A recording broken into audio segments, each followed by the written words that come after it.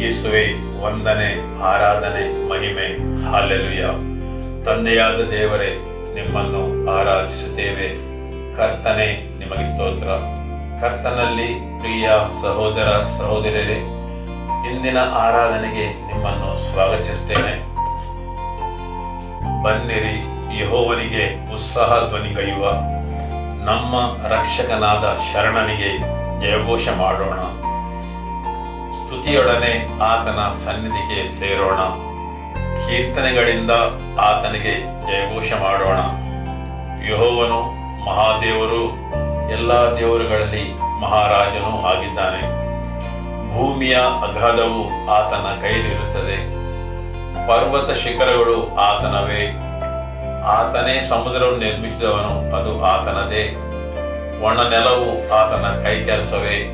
ಬನ್ನಿರಿ, ನಮ್ಮ ನಿರ್ಮಾಣಿಕನಾದ ಯೆಹೋವನಿಗೆ ಸಾಷ್ಟಾಂಗವೆರಗಿ ಆರಾಧಿಸೋಣ. ಆತನು ನಮ್ಮ ದೇವರು, ನಾವು ಆತನು ಪಾಲಿಸುವ ಪ್ರಜೆಯು, ಆತನ ಕೈಗಳಿರುವ ಹಿಂಡೂ ಆಗಿದ್ದೇವೆ. ಯೆಹೋವನಿಗೆ ಹೊಸ ಕೀರ್ತನೆಯನ್ನು ಹಾಡಿರಿ, ಎಲ್ಲ ಭೂನಿವಾಸಿಗಳೇ ಯೆಹೋವನಿಗೆ ಹಾಡಿರಿ. ಯೆಹೋವನಿಗೆ ಹಾಡಿರಿ, ಆತನ ನಾಮವನ್ನು ಕೊಂಡಾಡಿರಿ. ಆತನ ರಕ್ಷಣೆಯನ್ನು ಪ್ರತಿನಿತ್ಯವೂ ಸಾರಿ ಹೇಳಿರಿ. ಜನಾಂಗಗಳಲ್ಲಿ ಆತನ ಘನತೆಯನ್ನು, ಎಲ್ಲ ಜನರಲ್ಲಿ ಆತನ ಅದ್ಭುತ ಕೃತ್ಯಗಳನ್ನು ಪ್ರಸಿದ್ಧಪಡಿಸಿರಿ. ಹಾಲೆಲೂಯ. ಆಮೆನ್. ನಿಮಗೆ ಆರಾಧನೆ, ಯೇಸುವೇ ನಿಮಗೆ ಸ್ತೋತ್ರ, ಸ್ತೋತ್ರ, ಸ್ತೋತ್ರ. ಓ ಯೇಸುವೇ ನಿಮಗೆ ಆರಾಧನೆ, ಯೇಸುವೇ ನಿಮಗೆ ಸ್ತೋತ್ರ, ಸ್ತೋತ್ರ.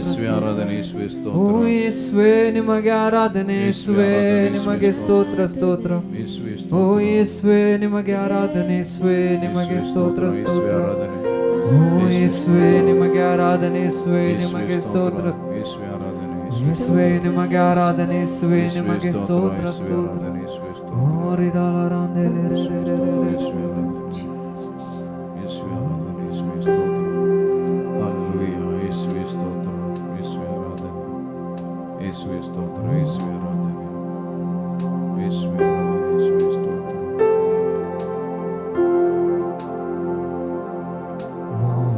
ಮಹೋನ್ನತನೇ, ನಿನ್ನಾಶ್ರಯದಿ ನಾವಾಸಿಸುವೆನು.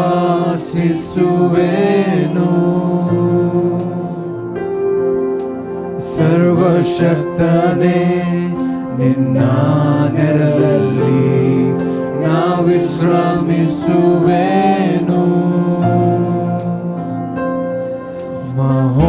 ಮಹೋನ್ನತನೇ, ನಿನ್ನಾಶ್ರಯದಿ ನಾ ವಾಸಿಸುವೆನು.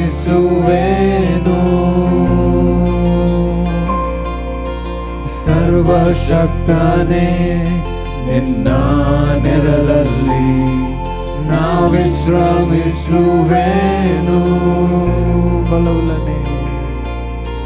ಬಲವುಳ್ಳನೆ, ನಿನ್ ಸಮ್ಮುಖವನ್ನೇ ನಾಶ್ರಯಿಸುವೆ ಅನುದಿನವು. ಬಲವುಳ್ಳನೆ, ನಿನ್ ಸಮ್ಮುಖವನ್ನೇ ನಾಶ್ರಯಿಸುವೆ ಅನುದಿನವು. ಯೆಸಯ್ಯ, ಯೆಸಯ್ಯ, ಯೆಸಯ್ಯ, ಯೆಸಯ್ಯ, ಯೆಸಯ್ಯ, ಯೆಸಯ್ಯ, ಯೆಸಯ್ಯ, ಯೆಸಯ್ಯ. ರಾತ್ರಿಯಲ್ಲಿರುವ ಭಯಕ್ಕೂ, ಹಗಲಲ್ಲಿ ಹಾರುವ ಬಾಣಕ್ಕೂ, ഇരുളಲ್ಲಿ ಸಂಚರಿಸುವ ವಿಪತ್ತಿಗೂ, ದಿನದಲ್ಲಿ ಬರುವ ವ್ಯಾಧಿಗೂ ನಾ ಭಯಪಡೆನು, ನಾ ಹೆದರೆನು. ಯೆಹೋವ ರಾಫ, ನನ್ನ ಜೊತೆ ನೀನೇ. ನಾ ಭಯಪಡೆನು, ನಾ ಹೆದರೆನು. ಯೆಹೋವ ರಾಫ, ನನ್ನ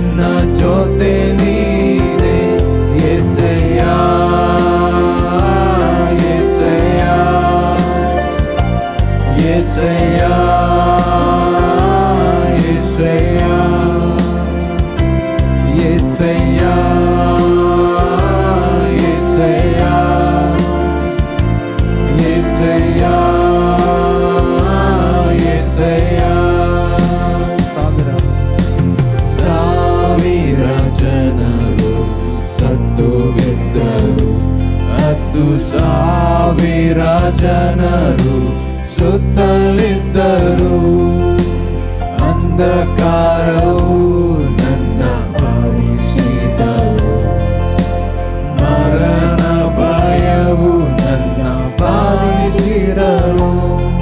ನಾ ಭಯ ಪಡೆದು ನಾ ಹೆದರೆನು, ಯೆಹೋವ ನೀಸಿ ನನ್ನ ಜೊತೆ ನೀನೆ.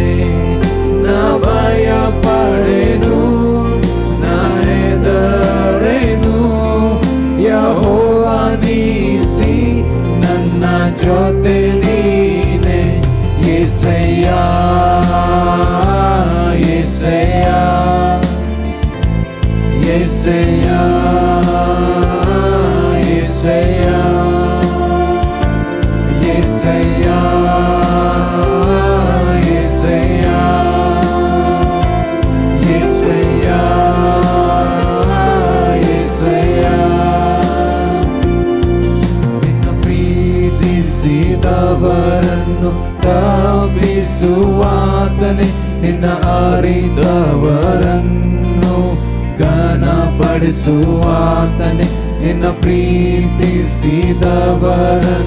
ತಪ್ಪಿಸುವಾತನೇ, ನಿನ್ನ ಅರಿತವರನ್ನು ಘನಪಡಿಸುವಾತನೇ.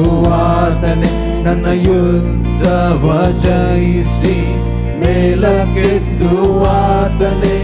ಕೃಪೆಯಿಂದ ಕೃಪೆಯನ್ನು ತೋರಿಸುವಾತನೇ. ನನ್ನ ಯುದ್ಧವ ಜಯಿಸಿ ಮೇಲಕ್ಕೆತ್ತುವಾತನೇ, ಕೃಪೆಯಿಂದ ಕೃಪೆಯನ್ನು ತೋರಿಸುವಾತನೇ.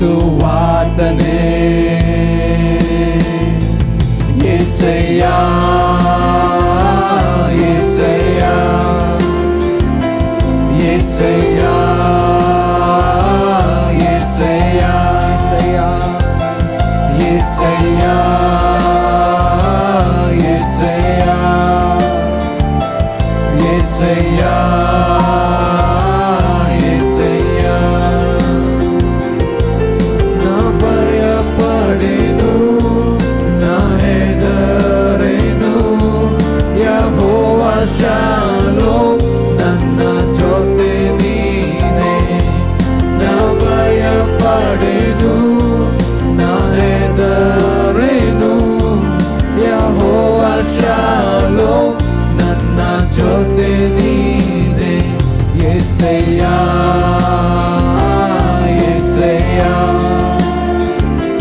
ಯೆಸಯ್ಯ ಯೆಸಯ್ಯ ಯೆಸಯ್ಯ ಯೆಸಯ್ಯ ಯೆಸಯ್ಯ ಯೆಸಯ್ಯ. ನಾ ಭಯ ಪಡೆನು ನಾ ಹೆದರೆನು, ಯೆಹೋವ ಶಾಲೋಮ್ ನನ್ನ ಜೊತೆ ನೀನೆ. ನಾ ಭಯ ಪಡೆನು ನಾ ಹೆದರೆನು, ಯೆಹೋವ ಶಾಲೋಮ್ ನನ್ನ ಜೊತೆ ನೀನೆ. ಓ ಯೇಸುವೇ, ನಿಮಗೆ ಆರಾಧನೆ. ಓ ಯೇಸುವೇ, ನಿಮಗೆ ಸ್ತೋತ್ರ ಸ್ತೋತ್ರ. ಓ ಯೇಸುವೇ, ನಿಮಗೆ ಆರಾಧನೆ. ಯೇಸುವೇ, ಓ ಯೇಸುವೇ, ಓ ಯೇಸುವೇ, ನಿಮಗೆ ಆರಾಧನೆ. ಓ ಯೇಸುವೇ, ನಿಮಗೆ ಸ್ತೋತ್ರ ಸ್ತೋತ್ರ.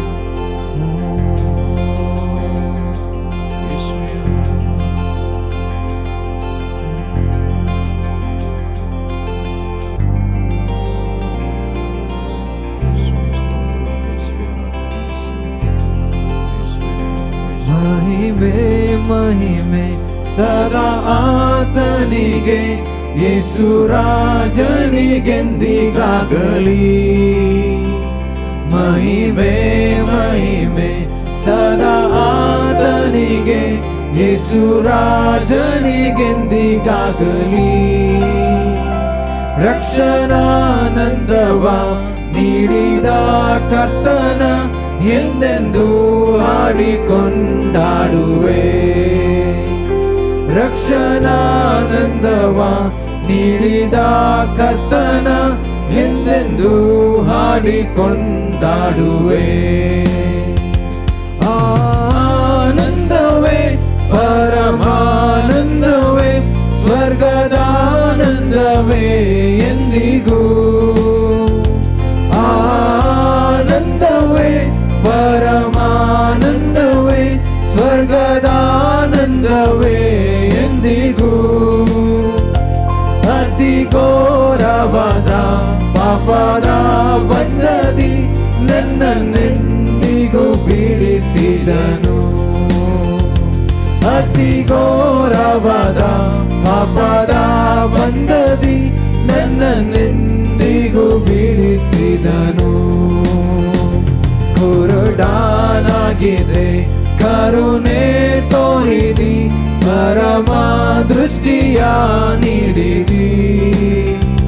ಕುರುಡಾನಾಗಿದೆ ಕರುಣೆ ತೋರಿದಿ ಪರಮ ದೃಷ್ಟಿಯ ನೀಡಿದಿ. ಕರುಣಾ ಸಾಗರ ಪಾಪಿಯ ರಕ್ಷಿಸ ಧರೆಗಿಳಿದು ನೀ ಬಂದವನೇ. ಕರುಣಾ ಸಾಗರ ಪಾಪಿಯ ರಕ್ಷಿಸ ಧರೆಗಿಳಿದು ನೀ ಬಂದವನೇ. ಆನಂದವೇ ಪರಮಾನಂದವೇ ಸ್ವರ್ಗದಾನಂದವೇ ಎಂದಿಗೂ. ಆನಂದವೇ ಪರಮಾನಂದವೇ ಸ್ವರ್ಗದಾನಂದವೇ ಎಂದಿಗೂ. ಅತಿ ಘೋರವಾದ ಪಾಪದ ಬಂಧದಿ ನನ್ನನ್ನೆಂದಿಗೂ ಬಿಡಿಸಿದನು. ಅತಿ ಘೋರವಾದ ಪಾಪದ ಬಂಧದಿ ನನ್ನನ್ನೆಂದಿಗೂ ಬಿಡಿಸಿದನು. ಜೀವ ಮಾರ್ಗದೋಳು ಹೋಗುವೆ ಹೋಗುವೆ ಯೇಸು ರಾಜನ ಹಿಂದೆ ಹೋಗುವೆ. ಜೀವ ಮಾರ್ಗದೋಳು ಹೋಗುವೆ ಹೋಗುವೆ ಯೇಸು ರಾಜನ ಹಿಂದೆ ಹೋಗುವೆ. ಭಾಗ್ಯ ಕಾನನಿಗೆ ಸೇರುವವರೆಗೆ ಸದಾ ಆತನ ಹಿಂದೆ ಹೋಗುವೆ. ಭಾಗ್ಯ ಕಾನನಿಗೆ ಸೇರುವವರೆಗೆ ಸದಾ ಆತನ ಹಿಂದೆ ಹೋಗುವೆ. ಆನಂದವೇ ಪರಮಾನಂದವೇ ಸ್ವರ್ಗದಾನಂದವೇ ಎಂದಿಗೂ.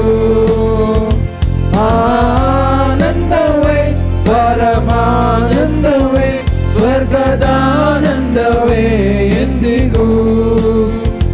ಅತಿ ಘೋರವಾದ ಪಾಪದ ಬಂಧದಿ ನನ್ನನ್ನೆಂದಿಗೂ ಬಿಡಿಸಿದನು. ಅತಿ ಘೋರವಾದ ಪಾಪದ ಬಂಧದಿ ನನ್ನನ್ನೆಂದಿಗೂ ಬಿಡಿಸಿದನು. ಯೇಸು ಬರುವಾಗ ನನ್ನ ಸೇರಿಸುವ ಸ್ವರ್ಗ ರಾಜ್ಯದ ಮಹಿಮೆಯೊಳು. ಯೇಸು ಬರುವಾಗ ನನ್ನ ಸೇರಿಸುವ ಸ್ವರ್ಗ ರಾಜ್ಯದ ಮಹಿಮೆಯೊಳು. ಆ ಸಮೂಹದಲ್ಲಿ ಬಂದು ಕರ್ತನೊಡನೆ ಹಾಡಿ ಹಾಡಿ ಸಂತೋಷಿಸುವೆ. ಆ ಸಮೂಹದಲ್ಲಿ ಬಂದು ಕರ್ತನೊಡನೆ ಹಾಡಿ ಹಾಡಿ ಸಂತೋಷಿಸುವೆ.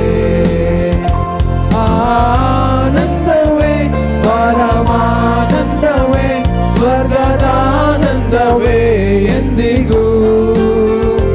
ಆನಂದವೇ ಪರಮಾನಂದವೇ ಸ್ವರ್ಗದಾನಂದವೇ ಎಂದಿಗೂ.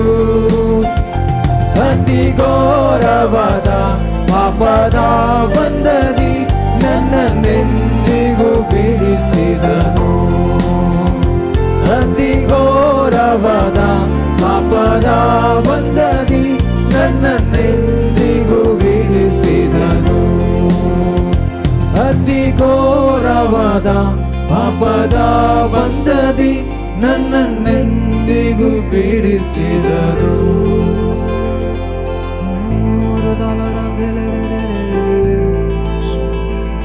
ಓ ಯೇಸುವೇ ನಿಮಗೆ ಆರಾಧನೆ.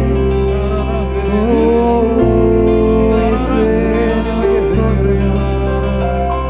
ಓ ಯೇಸುವೇ ನಿಮಗೆ ಆರಾಧನೆ. ಯೇಸುವೇ ನಿಮಗೆ ಸ್ತೋತ್ರ. ಓ ಯೇಸುವೇ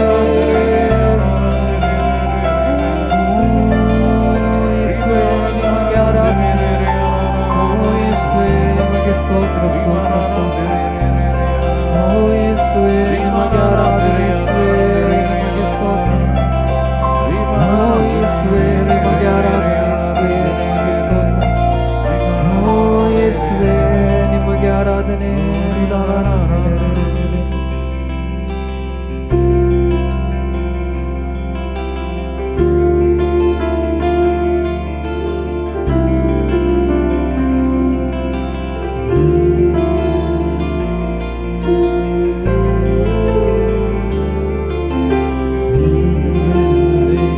ನಾನೇನು ಮಾಡಲಾರೆನು, ನೀನು ಇಲ್ಲದೆ ನಾನು ಏನೂ ಇಲ್ಲ.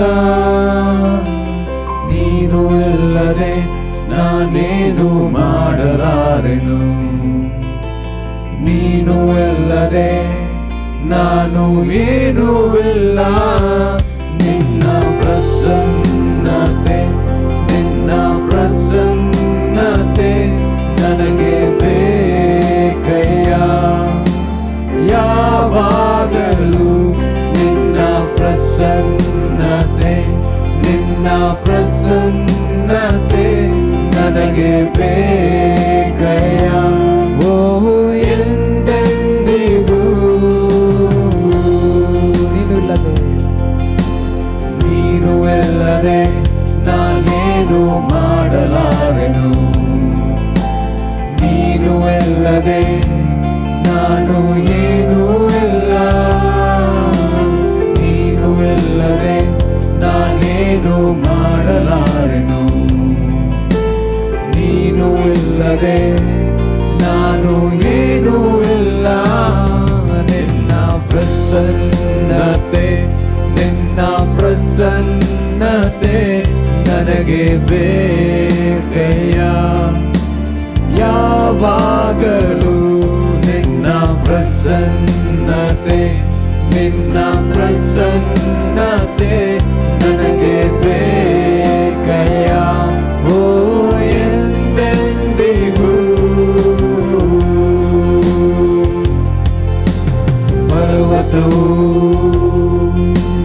ಮೇನದಂತೆ ನಿನ್ನ ಸನ್ನಿಧಿಯಲ್ಲಿ ಕರಗುವವು. ಪರ್ವತವು ಮೇನದಂತೆ ನಿನ್ನ ಸನ್ನಿಧಿಯಲ್ಲಿ ಕರಗುವವು. ನಿನ್ನ ಪ್ರಸನ್ನತೆ, ನಿನ್ನ ಪ್ರಸನ್ನತೆ ನನಗೆ ಬೇಕಯ್ಯ. ಯಾವಾಗಲೂ ನಿನ್ನ ಪ್ರಸನ್ನತೆ, ನಿನ್ನ ಪ್ರಸನ್ನತೆ ನನಗೆ ಬೇಕಯ್ಯ.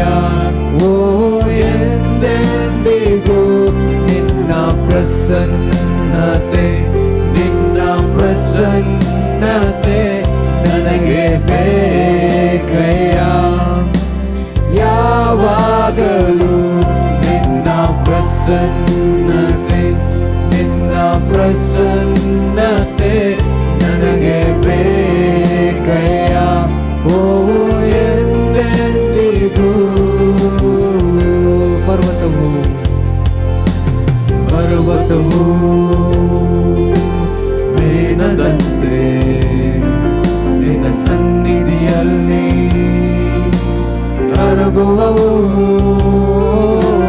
ಪರ್ವತವು ಮೇನದಂತೆ ನಿನ್ನ ಸನ್ನಿಧಿಯಲ್ಲಿ ಕರಗುವವು. ನಿನ್ನ ಪ್ರಸನ್ನತೆ, ಪ್ರಸನ್ನತೆ ನನಗೆ ಬೇಕಯ್ಯ. ಯಾವಾಗಲೂ ನಿನ್ನ ಪ್ರಸನ್ನತೆ, ನಿನ್ನ ಪ್ರಸನ್ನತೆ ನನಗೆ ಬೇಕಯ್ಯ. ಓ ಎಂದೆಂದಿಗೂ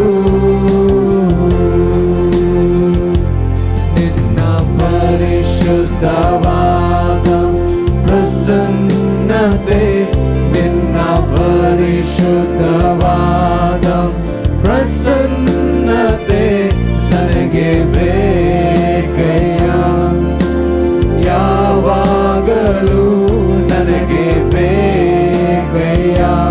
ಓ ಎಂದೆಂದಿಗೂ ನಿನ್ನ ಪರಿಶುದ್ಧವಾದ ಪ್ರಸನ್ನತೆ, ನಿನ್ನ ಪರಿಶುದ್ಧವಾದ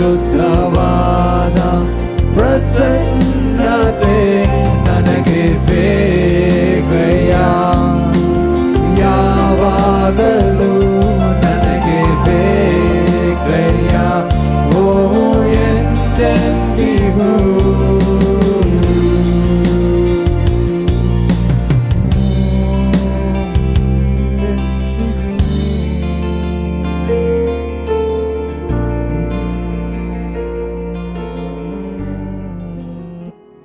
ಯೇಸುವೆ ಸ್ತೋತ್ರ. ಹಾಲೆಲೂಯ. ಕರ್ತನಾದ ಯೇಸುವೆ ನಿಮಗೆ ಆರಾಧನೆ. ಕರ್ತನೆ, ಇವತ್ತಿನ ನಿನ್ನ ಈ ವಾಕ್ಯವನ್ನು ಆಲಿಸುವ ಪ್ರತಿಯೊಬ್ಬರಿಗೂ ಅವರ ಎಲ್ಲ ಥರದ ಬಂಧನದಿಂದ ಬಿಡುಗಡೆ ನೀಡಿರಿ. ನಿಮ್ಮ ವಾಕ್ಯವನ್ನು ಸ್ವೀಕರಿಸಲು ಮತ್ತು ಆ ವಾಕ್ಯದ ಅನುಭವವನ್ನು ಅವರು ಪಡೆಯಲು ಅನುಗ್ರಹಿಸಿರಿ ಯೇಸುವೆ. ಅವರು ಸ್ವೀಕರಿಸುವ ಪ್ರತಿಯೊಂದು ವಾಕ್ಯ ಅವರ ಜೀವನದಲ್ಲಿ ಫಲಭರಿತವಾಗಲಿ ಎಂದು ಯೇಸುವಿನ ನಾಮದಲ್ಲಿ ಬೇಡುತ್ತೇವೆ ತಂದೆಯೇ, ಆಮೆನ್. ಇವತ್ತಿನ ದೇವರ ವಾಕ್ಯವನ್ನು ಕೇಳುವ.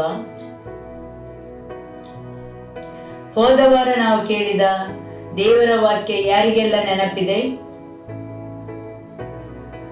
ಹೌದು, ನಾವು ಕೇಳಿದ್ದು ಪಿತ್ರಾರ್ಜಿತ ಆಸ್ತಿ, ಆನುವಂಶಿಕ ಬಾಧ್ಯತೆ, ಸರಿಯಲ್ಲವೇ? ಆಮೆನ್. ಆದಿಕಾಂಡ ಅಧ್ಯಾಯ 18 ವಾಕ್ಯ 17-19.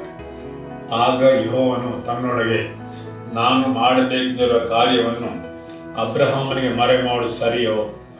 ಅವನಿಂದ ಬಲಿಷ್ಠವಾದ ಮಹಾಜನಾಂಗ ಹುಟ್ಟಬೇಕಲ್ಲ. ಅವನ ಮೂಲಕ ಭೂಮಿಯ ಎಲ್ಲ ಜನಾಂಗಗಳಿಗೂ ಆಶೀರ್ವಾದ ಉಂಟಾಗುವುದಲ್ಲ. ಅವನು ತನ್ನ ಮಕ್ಕಳಿಗೂ ಮನೆಯವರಿಗೂ ನ್ಯಾಯ ನೀತಿಗಳನ್ನು ತಿಳಿಸಿ ಯೆಹೋವನ ಮಾರ್ಗವನ್ನು ಅನುಸರಿಸಬೇಕೆಂದು ಬೋಧಿಸುವಂತೆ ಅವನನ್ನು ನಾನು ಆರಿಸಿಕೊಂಡೆನಲ್ಲ. ಅವನು ಹೀಗೆ ಮಾಡುವುದರಿಂದ ಯೆಹೋವನಾದ ನನ್ನ ವಾಗ್ದಾನವು ನೆರವೇರುವುದು ಅಂದುಕೊಂಡನು. ವಾಕ್ಯ 19 ಓದುವ. ಅವನು ತನ್ನ ಮಕ್ಕಳಿಗೂ ಮನೆಯವರಿಗೂ ನ್ಯಾಯ ನೀತಿಗಳನ್ನು ತಿಳಿಸಿ ಯೆಹೋವನ ಮಾರ್ಗವನ್ನು ಅನುಸರಿಸಬೇಕೆಂದು ಬೋಧಿಸುವಂತೆ ಅವನನ್ನು ನಾನು ಆರಿಸಿಕೊಂಡನಲ್ಲ. ಅವನು ಹೀಗೆ ಮಾಡುವುದರಿಂದ ಯೆಹೋವನಾದ ನನ್ನ ವಾಗ್ದಾನವು ನೆರವೇರುವುದಂದುಕೊಂಡನು. ಇಲ್ಲಿ ದೇವರ ವಾಕ್ಯ ಹೇಳುತ್ತದೆ, ಯೆಹೋವನು ಹೇಳುತ್ತಾನೆ, ಯೆಹೋವನಾದ ನನ್ನ ವಾಗ್ದಾನವು ಅಬ್ರಹಾಮನಲ್ಲಿ ನೆರವೇರುವುದು ಅಂದುಕೊಂಡೆನು. ಹೌದು, ಏನು ಹೇಳುತ್ತದೆ? ಯೆಹೋವನಾದ ನನ್ನ ವಾಗ್ದಾನವು ಅಬ್ರಹಾಮನಲ್ಲಿ ನೆರವೇರುವುದು. ಆದರೆ ಅದಕ್ಕಿಂತ ಮೊದಲು ಬೇರೆ ಕೆಲವು ವಿಷಯಗಳನ್ನು ಉಲ್ಲೇಖಿಸಿದ್ದಾರೆ. ಅದೇನು ಹೇಳುತ್ತದೆ? ಅವನಿಂದ ಬಲಿಷ್ಠವಾದ ಮಹಾಜನಾಂಗವು ಹುಟ್ಟಬೇಕಲ್ಲ. ಅವನ ಮೂಲಕ ಭೂಮಿಯ ಎಲ್ಲ ಜನಾಂಗಗಳಿಗೂ ಆಶೀರ್ವಾದ ಉಂಟಾಗುವುದಲ್ಲ.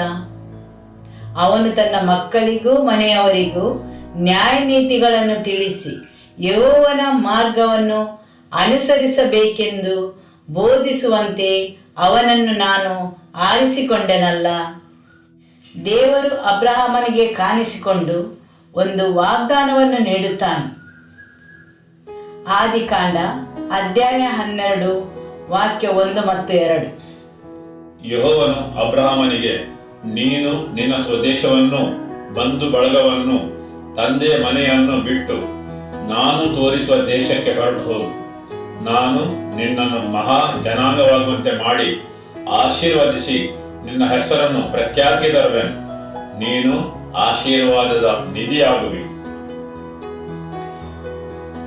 ದೇವರು ಅಬ್ರಹಾಮನಿಗೆ ಕಾಣಿಸಿಕೊಂಡು ಹೇಳುತ್ತಾರೆ, ನೀನು ಸ್ವದೇಶವನ್ನು, ಬಂಧು ಬಳಗವನ್ನು, ತಂದೆಯ ಮನೆಯನ್ನು ಬಿಟ್ಟು ನಾನು ತೋರಿಸುವ ದೇಶಕ್ಕೆ ಹೊರಟು ಹೋಗು.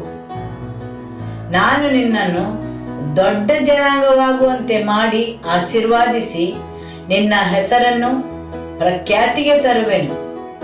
ನೀನು ಆಶೀರ್ವಾದದ ನಿಧಿಯಾಗುವಿ.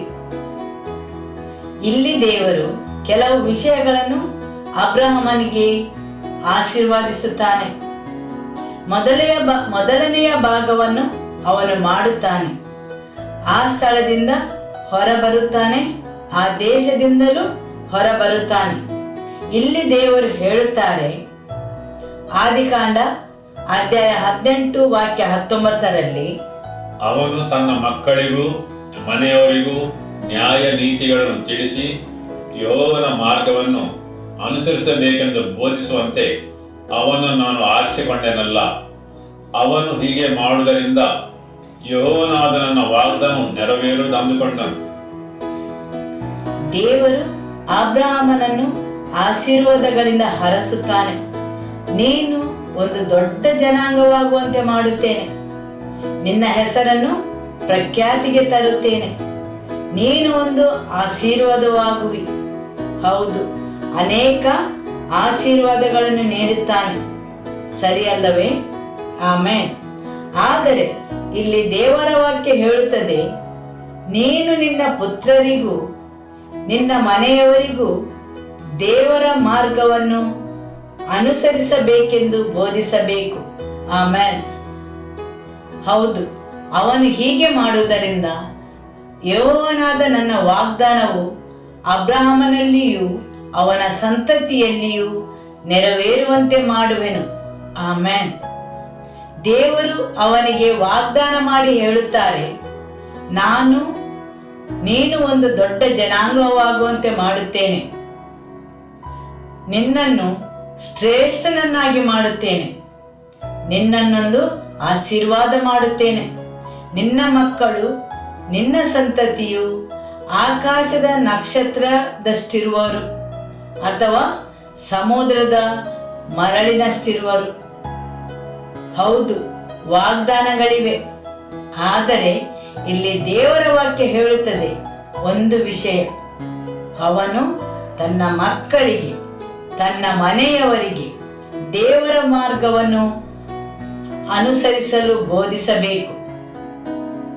ಹಾಗೆ ನಾನು ಹೇಳಿದ ಎಲ್ಲ ವಾಗ್ದಾನಗಳನ್ನು ಅವನ ಮೇಲೆ ಬರಮಾಡುತ್ತೇನೆ. ಹೌದು, ಒಂದು ಬದಿಯಲ್ಲಿ ದೇವರು ಅಬ್ರಹಾಮನಿಗೆ ವಾಗ್ದಾನ ಮಾಡಿದ್ದನ್ನು ಮತ್ತು ಆತನು ನೋಡಲು ಆಶಿಸುತ್ತಾರೆ, ಅಬ್ರಹಾಮನ ಜೀವನವು ಈ ರೀತಿ ಇರಬೇಕೆಂದು, ಆತನ ಸಂತತಿಯ ಜೀವನವು ಹೀಗಿರಬೇಕೆಂದು ದೇವರ ಯೋಜನೆ, ಅಬ್ರಹಾಮನ ಮೇಲೆ ಅವರಿಗಿದ್ದ ಉದ್ದೇಶ.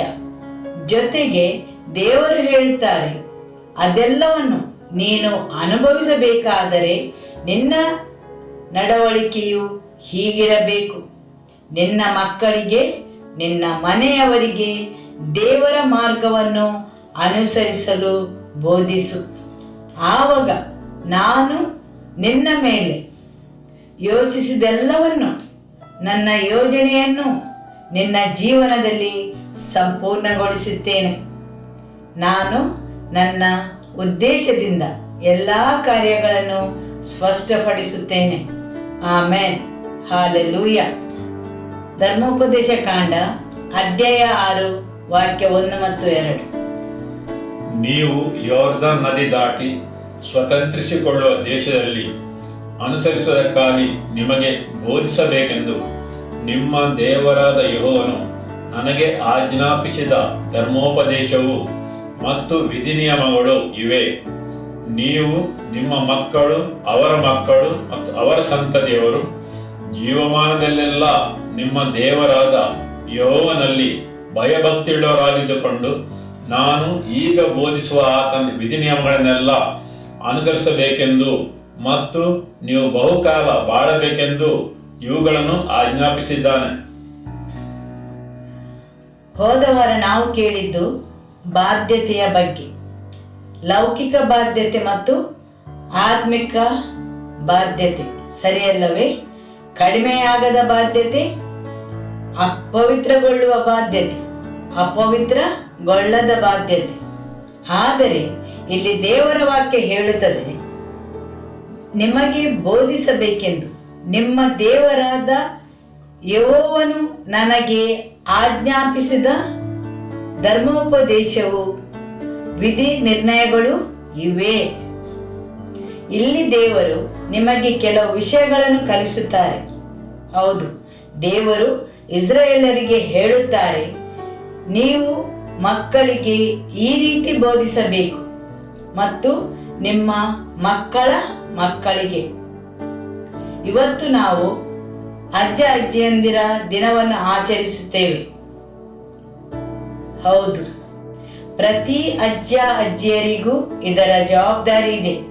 ನಿಮ್ಮ ಮಕ್ಕಳಿಗೆ ಮಾತ್ರವಲ್ಲ, ನಿಮ್ಮ ಮಕ್ಕಳ ಮಕ್ಕಳಿಗೂ ನೀವು ಬೋಧಿಸಬೇಕೆಂದು ದೇವರು ಬಯಸುತ್ತಾರೆ. ಹೌದು, ಆದರೆ ಅದು ಏನೆಂದು? ನೀವು, ನಿಮ್ಮ ಮಕ್ಕಳು, ಅವರ ಮಕ್ಕಳು ಮತ್ತು ಅವರ ಸಂತತಿಯವರು ಜೀವಮಾನದಲ್ಲೆಲ್ಲ ನಿಮ್ಮ ದೇವರಾದ ಯೆಹೋವನಲ್ಲಿ ಭಯಭಕ್ತಿಯುಳ್ಳವರಾಗಿದ್ದುಕೊಂಡು ನಾನು ಈಗ ಬೋಧಿಸುವ ಆತನ ವಿಧಿನಿಯಮಗಳೆಲ್ಲ ಅನುಸರಿಸಬೇಕೆಂದು ಮತ್ತು ನೀವು ಬಹುಕಾಲ ಬಾಳಬೇಕೆಂದು ಇವುಗಳನ್ನು ಆಜ್ಞಾಪಿಸಿದ್ದಾನೆ. ಈಗ ವಾಕ್ಯ 7 ಓದುವ. ಇವುಗಳನ್ನು ನಿಮ್ಮ ಮಕ್ಕಳಿಗೆ ಅಭ್ಯಾಸ ಮಾಡಿಸಿ, ಮನೆಯಲ್ಲಿ ಕುಳಿತಿರುವಾಗಲೂ, ದಾರಿಯಲ್ಲಿ ನಡೆಯುವಾಗಲೂ, ಮಲಗುವಾಗಲೂ ಮತ್ತು ಏಳುವಾಗಲೂ ಇವುಗಳ ವಿಷಯದಲ್ಲಿ ಮಾತನಾಡಬೇಕು. ಆಮೆನ್. ಹೌದು, ನಿಮ್ಮ ಮಕ್ಕಳಿಗೆ ಅಭ್ಯಾಸ ಮಾಡಿಸಿ, ಮನೆಯಲ್ಲಿ ಕೂತಿರುವಾಗಲೂ, ದಾರಿ ನಡೆಯುವಾಗಲೂ, ಮಲಗುವಾಗಲೂ, ಏಳುವಾಗಲೂ ಇವುಗಳ ವಿಷಯದಲ್ಲಿ ಮಾತಾಡಬೇಕು. ಮುಂದುವರಿಸಿ ಓದುವ. ವಾಕ್ಯ 20-21. ಇನ್ನು ಮುಂದೆ ನಿಮ್ಮ ಮಕ್ಕಳು ಈ ಆಜ್ಞಾ ವಿಧಿನಿಯಮಗಳನ್ನು ನಮ್ಮ ದೇವರಾದ ಯೆಹೋವನು ಏಕೆ ನೇಮಿಸಿದನು ಎಂದು ವಿಚಾರಿಸುವಾಗ ನೀವು ಅವರಿಗೆ, ನಾವು ಐಗುಪ್ತ ದೇಶದಲ್ಲಿ ಫರೋಹನಿಗೆ ದಾಸರಾಗಿದ್ದಾಗ ಯೆಹೋವನು ತನ್ನ ಭುಜಬಲದಿಂದ ನಮ್ಮನ್ನು ಬಿಡುಗಡೆ ಮಾಡಿದನು. ಆಮೆನ್. ಹೌದು, ಈ ಎಲ್ಲ ದೇವರ ವಾಕ್ಯಗಳ ಮುಖಾಂತರ ದೇವರು ನಿಮಗೆ ಏನನ್ನು ತಿಳಿಸಲು ಇಚ್ಛಿಸುತ್ತಾರೆ? ಇಲ್ಲಿ ದೇವರು ಹೇಳಲು ಪ್ರಯತ್ನಿಸುತ್ತಾರೆ, ಕೆಲವು ಆಶೀರ್ವಾದಗಳು ಇನ್ನೂ ಬಾಕಿ ಇವೆ.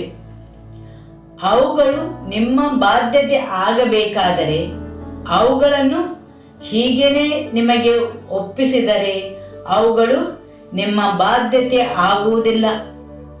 ಆದರೆ ಅಲ್ಲಿ ನಿರ್ಣಯಗಳು, ನಂಬಿಕೆಯ ರೀತಿ, ಅವರ ಮನೋಭಾವಗಳು, ನಿಮಗೆ ಸಿಕ್ಕಿದ ಈ ಬಾಧ್ಯತೆಯನ್ನು ಅವರಿಗೆ ವರ್ಗಾಯಿಸುವಾಗ ಆ ನಿರ್ಣಯಗಳು, ವಿಶ್ವಾಸಿಸುವ ರೀತಿ, ನಿಮ್ಮ ಮನೋಭಾವ ಇವುಗಳನ್ನು ಅವರಿಗೆ ವರ್ಗಾಯಿಸದಿದ್ದರೆ ನಿಮ್ಮ ಮಕ್ಕಳಿಗೆ, ನಿಮ್ಮ ಮಕ್ಕಳ ಮಕ್ಕಳಿಗೆ ಈ ಬಾಧ್ಯತೆಯು ಅವರದಾಗುವುದಿಲ್ಲ ಅಥವಾ ಅವರು ಅವುಗಳೊಂದಿಗೆ ನಡೆಯಲು ಸಾಧ್ಯವಿಲ್ಲ. ಆಮೆನ್. ನಾನು ಹೇಳುವುದು ನಿಮಗೆ ಅರ್ಥವಾಗುತ್ತದಲ್ಲವೇ? ಇಲ್ಲಿ ದೇವರು ಅಬ್ರಹಾಮನಿಗೆ ಮತ್ತು ಇಸ್ರಾಯೇಲಿನ ಜನರಿಗೆ ಸಹ ಹೇಳುತ್ತಾರೆ, ನಿಮ್ಮ ಜೀವನದಲ್ಲಿ ದೇವರು ಮಾಡಿದ ಮಹತ್ಕಾರ್ಯಗಳ ಬಗ್ಗೆ ನೀವು ಸಾಕ್ಷಿ ನೀಡಬೇಕು. ಆತನು ಐಗುಪ್ತ ದೇಶದಲ್ಲಿ ಮಾಡಿದ ಅದ್ಭುತಗಳು, ಫರೋಹನೊಡನೆ ಆತನು ನಡೆದ ರೀತಿ ಮತ್ತು ಅಲ್ಲಿಂದ ಹೇಗೆ ನಿಮ್ಮನ್ನು ಬರಮಾಡಿದನು. ಹೌದು, ನಿಮ್ಮ ನಿರ್ಣಯಗಳು, ವಿಶ್ವಾಸಿಸುವ ರೀತಿ ನಿಮ್ಮ ಅನುಭವಗಳು, ನೀವು ಹಾದು ಬಂದ ದಾರಿಯಲ್ಲಿ ನಡೆದ ಸಂಗತಿಗಳು, ನೀವು ನೋಡಿದ ಅದ್ಭುತ ಕಾರ್ಯಗಳು, ನೀವು ಅನುಭವಿಸಿದ ದೇವರ ಪೂರೈಕೆ, ದೇವರು ನಿಮ್ಮ ಜೀವನದಲ್ಲಿ ಮಾಡಿದ ಮಹತ್ ಕಾರ್ಯಗಳು, ದೇವರು ನಿಮಗೆ ನೀಡಿದ ತಿಳುವಳಿಕೆ, ನಿಮ್ಮಲ್ಲಿ ದೇವರು ನಿರ್ಮಿಸಿದ ನಿಮ್ಮ ಮನೋಧರ್ಮ. ಹೌದು, ಇವುಗಳನ್ನು ನೀವು ನಿಮ್ಮ ಮಕ್ಕಳಿಗೆ ಮತ್ತು ನಿಮ್ಮ ಮಕ್ಕಳ ಮಕ್ಕಳಿಗೆ ಇದನ್ನು ವರ್ಗಾಯಿಸಬೇಕು. ಆಮೇನ್. ಯಾಕೆಂದರೆ ನಿಮ್ಮ ಮಕ್ಕಳು ಮತ್ತು ನಿಮ್ಮ ಮಕ್ಕಳ ಮಕ್ಕಳು ಈ ಆಶೀರ್ವಾದಗಳಲ್ಲಿ ಅವರು ನಡೆದಾಡಬೇಕೆಂದು. ಕೇವಲ ಒಂದು ಭೂಮಿಯನ್ನು ಆಸ್ತಿಯಾಗಿ ನೀವು ಅವರಿಗೆ ನೀಡಿದರೆ ನಿಮ್ಮ ಮಕ್ಕಳು ಅದನ್ನು ಸಂತೋಷದಿಂದ ಅನುಭವಿಸುವುದಿಲ್ಲ. ಮಾತ್ರವಲ್ಲ, ಅದರಲ್ಲಿದ್ದ ಆಶೀರ್ವಾದಗಳು ಅವರಿಗೆ ದೊರಕುವುದಿಲ್ಲ. ಎಲ್ಲಿಯವರೆಗೆ ಅಂದರೆ ನಿಮ್ಮಲ್ಲಿದ್ದ ಅದೇ ಮನೋಭಾವ, ಅದೇ ತಿಳುವಳಿಕೆ ಮತ್ತು ಅದೇ ನಂಬಿಕೆ ಅವರಲ್ಲಿ ಬರುವವರೆಗೆ. ಆಮೆನ್. ಲೂಕನ ಸುವಾರ್ತೆಯಲ್ಲಿ ಅಧ್ಯಾಯ 15ರಲ್ಲಿ ನಾವು ನೋಡಿದರೆ ಅಲ್ಲಿ ಒಬ್ಬ ದುಂದುಗಾರ ಮಗನ ಬಗ್ಗೆ ಕೇಳುತ್ತೇವೆ. ಆ ನೀತಿಗತಿಯು ನಿಮಗೆಲ್ಲರಿಗೂ ತಿಳಿದಿದೆ, ಸರಿಯಲ್ಲವೇ? ಆಮೆನ್. ಲೂಕನ ಸುವಾರ್ತೆ ಅಧ್ಯಾಯ 15 ವಾಕ್ಯ 25. ಆದರೆ ಅವನ ಹಿರಿಯ ಮಗನು ಹೊಲದಲ್ಲಿದ್ದನು. ಅವನು ಮನೆಯ ಸಮೀಪಕ್ಕೆ ಬರುತ್ತಿರುವಾಗ ವಾದ್ಯ ಘೋಷಗಳನ್ನು, ನರ್ತನಗಳನ್ನು ಕೇಳಿ ಆಳುಗಳಲ್ಲಿ ಒಬ್ಬನನ್ನು ತನ್ನ ಬಳಿಗೆ ಕರೆದು ಇದೇನೆಂದು ವಿಚಾರಿಸಿದನು.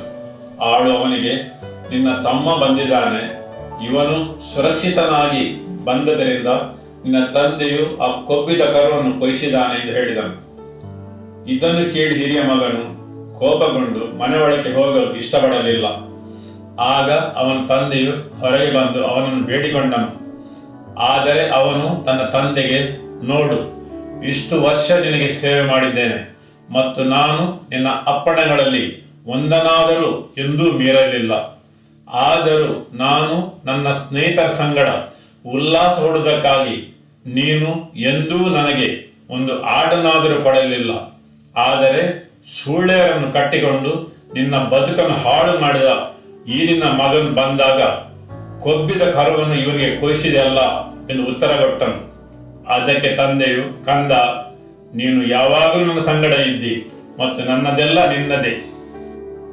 ಹೌದು, ಇಲ್ಲಿ ತಂದೆ ಹೇಳುತ್ತಾನೆ, ನನ್ನದೆಲ್ಲ ನಿನ್ನದೇ, ನನ್ನದೆಲ್ಲ ನಿನ್ನದೇ. ಈ ಒಂದು ವಾಕ್ಯವನ್ನು ನೀವು ನೆನಪಲ್ಲಿಡಿ, ಅದರ ವಿವರಣೆಯನ್ನು ನಂತರ ಕೇಳುವ. ಇಲ್ಲಿ ಕಿರಿಯ ಮಗ ತನ್ನ ಆಸ್ತಿಯನ್ನು ತೆಗೆದುಕೊಂಡ, ಸರಿಯಲ್ಲವೇ? ಮತ್ತು ಅವನು ಮನೆ ಬಿಟ್ಟು ಹೋದ. ಆದರೆ ಅವನು ಹಿಂತಿರುಗಿದ ನಾಚಿಕೆಯಿಂದ ಮತ್ತು ಖಾಲಿ ಕೈಯಿಂದ. ಈ ವಾಕ್ಯವನ್ನು ಮತ್ತು ಅದರಲ್ಲಿರುವ ಆ ತತ್ವವನ್ನು ಸರಿಯಾಗಿ ಅರ್ಥ ಮಾಡಿಕೊಂಡರೆ ನಿಮಗೆ ಬಿಡುಗಡೆಯೂ ಸಿಗುತ್ತದೆ. ಆಮೇಲೆ ಅವನು ಆ ಆಸ್ತಿಯನ್ನು ತೆಗೆದುಕೊಂಡು ಹೋದ, ಆದರೆ ಆ ಆಸ್ತಿಯು ಅವನನ್ನು ಶ್ರೀಮಂತನಾಗಿ ಮಾಡಲಿಲ್ಲ ಅಥವಾ ಐಶ್ವರ್ಯವಂತನಾಗಿ ಇಡಲಿಲ್ಲ. ಹೌದು, ತನ್ನ ತಂದೆಯ ಅರ್ಧದಷ್ಟು ಆಸ್ತಿಯನ್ನು ತೆಗೆದುಕೊಂಡು ಅದರ ಜೊತೆ ಹೋದ. ಆದರೆ ಅದು ಅವನ ಜೊತೆ ತುಂಬಾ ಸಮಯ ಉಳಿಯಲಿಲ್ಲ. ಯಾಕೆಂದರೆ ಅವನ ತಂದೆಯ ನಿರ್ಣಯಗಳನ್ನು, ಅವನ ತಂದೆಯಲ್ಲಿದ್ದ ಆ ನಂಬಿಕೆಯ ರೀತಿ, ತಂದೆಯ ಮನೋಭಾವ ಅವನಲ್ಲಿರಲಿಲ್ಲ. ಸರಿಯಲ್ಲವೇ? ಹೌದು. ಜ್ಞಾನೋಕ್ತಿಯ ಪುಸ್ತಕವು ತಿಳಿಸುತ್ತದೆ, ಅವಸರದಿಂದ ಗಳಿಸಿದ ಆಸ್ತಿಯು ಉಳಿಯುವುದಿಲ್ಲ. ಅವಸರದಿಂದ ಗಳಿಸಿದ ಆಸ್ತಿಯು ಉಳಿಯುವುದಿಲ್ಲ. ಇಲ್ಲಿ ಈ ಕಿರಿಯ ಮಗನು ತನ್ನ ಆಸ್ತಿಯನ್ನು ಪಡೆದುಕೊಂಡ, ಆದರೆ ಆ ತೆಗೆದುಕೊಂಡ ಆಸ್ತಿಯು ಅವನಲ್ಲಿ ಉಳಿಯಲಿಲ್ಲ. ಯಾಕೆಂದರೆ ತಂದೆಗೆ ಆ ಆಸ್ತಿಯು ತನ್ನ ನಿರ್ಣಯಗಳಿಂದ, ಮನೋಭಾವ ಮತ್ತು ಅವನ ನಂಬಿಕೆಯ ರೀತಿಯಿಂದ ಅವನು ಗಳಿಸಿದ್ದಾನೆ. ಆದರೆ ಮಗನು ಆ ತಂದೆಯಲ್ಲಿದ್ದ ನಿರ್ಣಯ, ಮನೋಭಾವ ಮತ್ತು ನಂಬಿಕೆಯ ರೀತಿಯು ಅಳವಡಿಸಿಕೊಂಡಿಲ್ಲದಿದ್ದರೆ ಆ ಸಂಪೂರ್ಣ ಆಸ್ತಿಯನ್ನು ಅವನಿಗೆ ಕೊಟ್ಟರೂ ಅದು ಅವನಲ್ಲಿ ಉಳಿಯುವುದಿಲ್ಲ. ಹೌದು, ಅರ್ಧ ಆಸ್ತಿ ಮಾತ್ರವಲ್ಲ, ಇಡೀ ಆಸ್ತಿಯನ್ನು ಮಗನಿಗೆ ಕೊಟ್ಟರೂ ಅದು ಅವನಲ್ಲಿ ಉಳಿಯುವುದಿಲ್ಲ. ಯಾಕೆಂದರೆ ಅವನಿಗೆ ಅದು ನಿರ್ವಹಿಸಲು ತಿಳಿದಿರುವುದಿಲ್ಲ. ಅದು ಅವನಲ್ಲಿ ಕ್ಷಣ ಮಾತ್ರದಲ್ಲಿ ಖಾಲಿಯಾಗುತ್ತದೆ. ಹೌದು, ಇಲ್ಲಿ ಬರೇ ಐಶ್ವರ್ಯ, ಪ್ರಾಪಂಚಿಕ ಐಶ್ವರ್ಯ ಮಾತ್ರವಲ್ಲ, ಅದಕ್ಕಿಂತ ತುಂಬ ಪ್ರಾಮುಖ್ಯವಾದ ಕೆಲವು ವಿಷಯಗಳಿವೆ. ಅದನ್ನು ಹೇಗೆ ಉಳಿಸಿಕೊಳ್ಳುವುದೆಂದು. ಹೌದು, ಒಂದು ಬಾಧ್ಯತೆಯನ್ನು ವರ್ಗಾಯಿಸುವಾಗ ಅತಿ ಮುಖ್ಯವಾದದ್ದು ನಿರ್ಣಯ, ಮನೋಭಾವ, ತಿಳುವಳಿಕೆಯನ್ನು ಸಹ ವರ್ಗಾಯಿಸುವುದು. ಅದು ಇಲ್ಲವಾದರೆ ಏನು ನಿಮಗೆ ಸಿಕ್ಕಿದೆ ಅದು ಉಳಿಯುವುದಿಲ್ಲ. ಯಾಕೆಂದರೆ ಅದೆಲ್ಲವೂ ಕೆಲವು ನಿರ್ಣಯಗಳಿಂದ, ನಂಬಿಕೆಗಳಿಂದ, ತಿಳುವಳಿಕೆಯಿಂದ ಅವುಗಳನ್ನು ನಿಮ್ಮ ಬಳಿಗೆ ತಂದಿವೆ. ಪ್ರಾಪಂಚಿಕ ಜನರನ್ನು ನೀವು ನೋಡುವುದಾದರೆ ಅತಿ ಕಡಿಮೆ ಜನರು ಶ್ರೀಮಂತಿಕೆಯಿಂದ ಹುಟ್ಟಿದ್ದಾರೆ. ಅವುಗಳಲ್ಲಿ ಅಧಿಕ ಜನರು ಅದನ್ನು ತಮ್ಮಷ್ಟಕ್ಕೆ ಗಳಿಸಿದ್ದಾರೆ. ಹೇಗೆ ಗಳಿಸಿದ್ದಾರೆ? ತಮ್ಮ ಮನೋಧರ್ಮದಿಂದ, ತಮ್ಮ ತಿಳುವಳಿಕೆಯಿಂದ. ಮತ್ತು ಯಾವನ ಅದನ್ನು ಪಡೆದುಕೊಳ್ಳುತ್ತಾನೆ ಅವನು ಆ ಮನೋಧರ್ಮ, ತಿಳುವಳಿಕೆಯನ್ನು ಹೊಂದಿಲ್ಲವಾದರೆ ಅದು ಅವನಲ್ಲಿ ಉಳಿಯುವುದಿಲ್ಲ. ಸರಿಯಲ್ಲವೇ? ಆಮೆನ್. ನಿಮಗೆ ಅರ್ಥವಾಯಿತಲ್ಲವೇ? ಹಾಲೆಲೂಯ. ಜ್ಞಾನೋಕ್ತಿಗಳು ಅಧ್ಯಾಯ 17 ವಾಕ್ಯ 2. ಜಾಣನಾದ ಆಳು ಮಾನ ಕಡೆದ ಮನೆಮಗನ ಮೇಲೆ ಅಧಿಕಾರ ಮಾಡುವನು, ಮನೆಮಕ್ಕಳೊಂದಿಗೆ ಬಾಧ್ಯತೆಯನ್ನು ಹೊಂದುವನು. ಆಮೆನ್. ಹೌದು, ಜಾಣನಾದ ಆಳು ಮಾನ ಕಳೆದ ಮನೆಮಗನ ಮೇಲೆ ಅಧಿಕಾರ ಮಾಡುವನು, ಮನೆ ಮಕ್ಕಳೊಂದಿಗೆ ಬಾಧ್ಯತೆಯನ್ನು ಹೊಂದುವನು. ಹೇಗೆ ಒಂದು ಆಳು ಬಾಧ್ಯತೆಯ ಪಾಲನ್ನು ಪಡೆದುಕೊಳ್ಳುತ್ತಾನೆ? ಹೇಗೆಂದರೆ ಅವನ ಜೀವನದ ಪ್ರಕ್ರಿಯೆಯಲ್ಲಿ ಮನೆಯ ಮಗನು ತನ್ನ ತಂದೆಯಿಂದ ವಶಪಡಿಸಿಕೊಳ್ಳದನ್ನು, ತನ್ನ ತಂದೆಯ ನಿರ್ಣಯ, ಮನೋಧರ್ಮಗಳನ್ನು ಈ ಸೇವಕನು ವಶಪಡಿಸಿಕೊಂಡಿದ್ದಾನೆ. ತಂದೆಯ ತಿಳುವಳಿಕೆ, ಮಾರ್ಗ, ಹೃದಯವಂತಿಕೆ, ಆತನ ನಂಬಿಕೆಯ ರೀತಿಯಿಂದಾಗಿ ಈ ಸೇವಕನು ಆ ಮನೆಯ ಬಾಧ್ಯತೆಯ ಪಾಲುದಾರನಾಗುತ್ತಾನೆ. ಸರಿಯಲ್ಲವೇ? ಒಂದು ಪ್ರಾಮುಖ್ಯವಾದ ವಿಷಯವೆಂದರೆ ನಿಮ್ಮ ಬಾಧ್ಯತೆಯು, ಆಸ್ತಿಯು ವರ್ಗಾಯಿಸಿಕೊಂಡಾಗ ಅದು ನಿಮ್ಮಲ್ಲಿ ಉಳಿಯಬೇಕಾದರೆ ನಿಮ್ಮ ನಿರ್ಣಯಗಳು, ತಿಳುವಳಿಕೆ ಮತ್ತು ನಂಬಿಕೆಯ ರೀತಿಯನ್ನು ವರ್ಗಾಯಿಸಬೇಕು. ಇಲ್ಲವಾದಲ್ಲಿ ಅವರು ಅವುಗಳನ್ನು ನಿಭಾಯಿಸಲು ಶಕ್ತರಾಗಿರುವುದಿಲ್ಲ. ನೀವು ಒಬ್ಬ ದೇವ ಸೇವಕನನ್ನು ಭೇಟಿಯಾಗಿ ಅವರಲ್ಲಿ ನೀವು ಕೇಳಿದರೆ, ದೇವರ ಜೊತೆ ನಿಮ್ಮ ಒಡಂಬಡಿಕೆ ಏನು? ದೇವರ ಪ್ರಸನ್ನತೆಯು ನಿಮ್ಮಲ್ಲಿ ಬರಲು ಕಾರಣವೇನು? ನೀವು ಮಾಡಿದ ತ್ಯಾಗಗಳಾವು? ದೇವರು ನಿಮ್ಮನ್ನು ಗೌರವಿಸಲು, ನೀವು ಅಲ್ಲಿ ಮುಟ್ಟಲು ನೀವು ತೆತ್ತ ಬೆಲೆ ಏನು? ಅದೆಲ್ಲವೂ, ಆ ಎಲ್ಲ ಸಂಗತಿಗಳು ಅವನನ್ನು ದೇವ ಸೇವಕನನ್ನಾಗಿ ಮಾಡಿವೆ. ಅವನ ಈ ಸ್ಥಿತಿಗೆ ಕಾರಣವಾಗಿವೆ. ಆಮೇನ್. ನಾವು ಅದನ್ನು ವಶಪಡಿಸಿಕೊಳ್ಳುವ ಅಗತ್ಯವಿದೆ. ಜನರು ಹೇಳುತ್ತಾರೆ, ಎಲೀಷನ ಹಾಗೆ ನನಗೆ 2ರಷ್ಟು ಪಾಲು ಬೇಕು. ಆದರೆ ಅಭಿಷೇಕವೂ ಸಹ ಉಳಿಯುವುದಿಲ್ಲ. ನೀವು ಅದನ್ನು ಸರಿಯಾದ ರೀತಿಯಲ್ಲಿ ನಿರ್ವಹಿಸದಿದ್ದರೆ. ಆಮೇನ್. ಹೌದು, ನಿರ್ಣಯ ಮತ್ತು ಮನೋಭಾವ. 2ನೆಯ ಸಂಗತಿ, ನೀವು ವರ್ಗಾಯಿಸುವಂಥದ್ದು ಒಂದು ಒಳ್ಳೆಯ ಹೆಸರು. ಒಂದು ಒಳ್ಳೆಯ ಹೆಸರು ಎಂದರೆ ನೀವೇನು ಅರ್ಥ ಮಾಡಿಕೊಳ್ಳುತ್ತೀರಿ? ಒಂದು ಒಳ್ಳೆಯ ಹೆಸರು ಅಂದರೆ ನಿಮ್ಮ ವಿಶ್ವಾಸಾರ್ಹತೆ, ನಿರ್ದಿಷ್ಟ ದಾಖಲೆ, ನಿಮಗಿದ್ದ ಪ್ರಭಾವ, ನಿಮ್ಮ ಬೆಲೆ, ನಿಮ್ಮ ಕೊಡುಗೆ, ಇವುಗಳೆಲ್ಲವನ್ನು ವರ್ಗಾಯಿಸಬಹುದು. ಹೌದು, ಒಂದು ಒಳ್ಳೆಯ ಹೆಸರು ಅಂದರೆ ನಿಮ್ಮ ವಿಶ್ವಾಸಾರ್ಹತೆ, ನಿರ್ದಿಷ್ಟ ದಾಖಲೆ, ನಿಮಗಿದ್ದ ಪ್ರಭಾವ, ನಿಮ್ಮ ಬೆಲೆ, ನಿಮ್ಮ ಕೊಡುಗೆ. ನೀವು ಕೇಳಬಹುದು, ಹೆಸರು ಹೇಗೆ ಪ್ರಾಮುಖ್ಯವಾಗಿದೆ? ನೀವು ಹೋಗಿ ಒಂದು ಬೀಗದ ಕೈಯನ್ನು ಕೇಳಿದರೆ ನೀವು ಯಾವ ಬೀಗಕ್ಕೆ ಮೊದಲ ಆದ್ಯತೆಯನ್ನು ನೀಡುತ್ತೀರಿ? ಗೋದ್ರೇಜ್ ಬೀಗಕ್ಕೆ, ಸರಿಯಲ್ಲವೇ? ಯಾಕೆಂದರೆ ಅದು ಹೆಸರುವಾಸಿಯಾಗಿದೆ. ಆ ಹೆಸರಲ್ಲಿ ವಿಶ್ವಾಸಾರ್ಹತೆ ಉಂಟು. ಆ ಹೆಸರಿಗೆ ಒಂದು ಬೆಲೆ ಇದೆ, ಸರಿಯಲ್ಲವೇ? ಆ ಬೀಗವನ್ನು ತಯಾರು ಮಾಡಿದ ಮನುಷ್ಯ ಸತ್ತು ಹೋಗಿದ್ದಾನೆ, ಆದರೆ ಅದರ ವ್ಯಾಪಾರ ಇಂದಿಗೂ ಇದೆ. ಯಾಕೆಂದರೆ ಅವನು ತಯಾರು ಮಾಡಿದ ಆ ವಸ್ತುವಿಗೆ ವಿಶ್ವಾಸಾರ್ಹತೆ ಉಂಟು, ಅದಕ್ಕೆ ಬೆಲೆ ಉಂಟು ಮತ್ತು ಅವನು ಅದನ್ನು ನಿಭಾಯಿಸಬಲ್ಲವನಾಗಿದ್ದಾನೆ.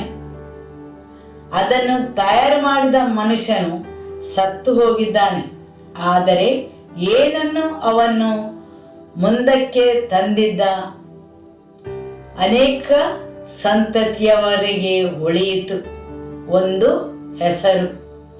ಆದುದರಿಂದ ಒಂದು ಒಳ್ಳೆಯ ಹೆಸರನ್ನು ವರ್ಗಾಯಿಸಬಹುದು. ಹೆಸರು ಒಂದು ಬೀಗದ ಕೈ ಅಥವಾ ಬೀಗ ಮುದ್ರೆ ಆಗಿರಬಹುದು. ನೀರವ್ ಮೋದಿ ಒಬ್ಬ ಮೋಸ ಮಾಡಿದ್ದ ವ್ಯಾಪಾರಿ. ಅವನು ಎಲ್ಲಿಯಾದರೂ ಒಂದು ಕಂಪನಿಯನ್ನು ತೆರೆದರೆ ನೀವ್ಯಾರಾದರೂ ಅದರಲ್ಲಿ ಬಂಡವಾಳ ಹಾಕಲು ತಯಾರಿದ್ದೀರಾ? ಇಲ್ಲ. ಯಾಕೆಂದರೆ ಹೆಸರು ಇಲ್ಲಿ ಮುಖ್ಯವಾಗಿದೆ. ಒಂದು ಹೆಸರು ಬಾಗಿಲನ್ನು ತೆರೆಯಲೂಬಹುದು, ಮುಚ್ಚಲೂಬಹುದು. ಒಂದು ಬೀಗದ ಕೈ ಆಗಲೂ ಸಾಧ್ಯ, ಬೀಗ ಮುದ್ರೆ ಆಗಲೂ ಸಾಧ್ಯ. ಹೌದು, ಕೆಲವೊಂದು ಹೆಸರನ್ನು ನಾವು ಕೇಳುವಾಗ ನಾವು ಅವರ ಜೊತೆಗೂಡಲು ಬಯಸುವುದಿಲ್ಲ. ಏಕೆಂದರೆ ಅವರ ನಿರ್ದಿಷ್ಟ ದಾಖಲೆಗಳು, ಸರಿಯಲ್ಲವೇ? ಒಂದು ಹೆಸರು ವಿಶ್ವಾಸಾರ್ಹತೆ, ಪ್ರಭಾವ. ಆಮೇನ್. ನಾವಿಲ್ಲಿ ಒಂದು ಸಂಗತಿಯನ್ನು ಕಲ್ಪಿಸುವ.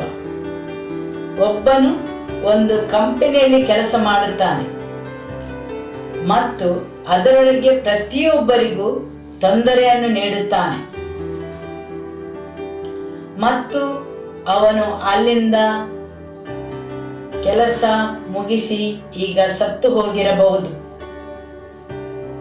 ಕಾಲಕ್ರಮೇಣ ಅವನ ಮಗ ಅಥವಾ ಮಗಳು ಅದೇ ಕಂಪನಿಗೆ ಸೇರಲು ಇಚ್ಛಿಸಿದರೆ ಆ ಮನುಷ್ಯನ ಹೆಸರು ಇವರ ತಂದೆಯೆಂದು ತಿಳಿದರೆ ಅವರಿಗೆ ಆ ಕಂಪನಿಯ ಬಾಗಿಲು ಮುಚ್ಚುತ್ತದೆ. ಯಾಕೆಂದರೆ ಆ ಮನುಷ್ಯನ ಹೆಸರು ಒಂದು ಬೀಗ ಮುದ್ರೆಯಾಗಿ ಕೆಲಸ ಮಾಡುತ್ತದೆ, ಸರಿಯಲ್ಲವೇ? ಹೌದು, ಒಂದು ಹೆಸರು ಸಂಗತಿಗಳನ್ನು ತೆರೆಯಲೂಬಹುದು, ಮುಚ್ಚಲೂಬಹುದು. ಹೌದು, ಹೆಸರು ಮತ್ತು ವಿಶ್ವಾಸಾರ್ಹತೆಯು ವರ್ಗಾಯಿಸಲ್ಪಡುತ್ತದೆ. ನೀವು ಸಿಮೆಂಟನ್ನು ಖರೀದಿಸಲು ಹೋದರೆ ನೀವು L&T ಸಿಮೆಂಟ್ ಬೇಕೆಂದು ಹೇಳುತ್ತೀರಿ. ಯಾಕೆ? ಅದರ ಹೆಸರುವಾಸಿಗೆ. ನೀವು ಸಿಹಿ ತಿಂಡಿಗಳನ್ನು ತರಲು ಹೋಗುತ್ತೀರಿ. ಹೌದು, ಯೂನಿಲಿವರ್. ಯಾಕೆ? ಅದರ ಹೆಸರುವಾಸಿಗೆ. ಅವರೊಂದು ಹೆಸರು ಮಾಡಿದ್ದಾರೆ. ಅದನ್ನು ಪ್ರಾರಂಭಿಸಿದ ಮನುಷ್ಯನು ಸತ್ತು ಹೋಗಿರಬಹುದು, ಆದರೆ ಅವರು ಮಾಡಿದ ಹೆಸರು ವರ್ಗಾಯಿಸುವಂತಹದ್ದು. ಅವರೊಂದು ಹೆಸರನ್ನು, ಪ್ರಭಾವವನ್ನು ಕಟ್ಟಿಕೊಂಡಿದ್ದಾರೆ. ಸರಿಯಲ್ಲವೇ? ಆಮೆನ್. ಬೈಬಲ್ ಸಹ ಅದನ್ನೇ ಕಲಿಸುತ್ತದೆ. ಹಾಗೆ ಜನರು ಯಾಕೆ Louis Philippe, Van Heusen, Louis Vuitton ಅವುಗಳೊಂದಿಗೆ ಹೋಗುತ್ತಾರೆ? ಯಾಕೆಂದರೆ ಒಂದು ಹೆಸರು. ಹೌದು, ಹೆಸರು ಮುಖ್ಯವಾಗಿದೆ.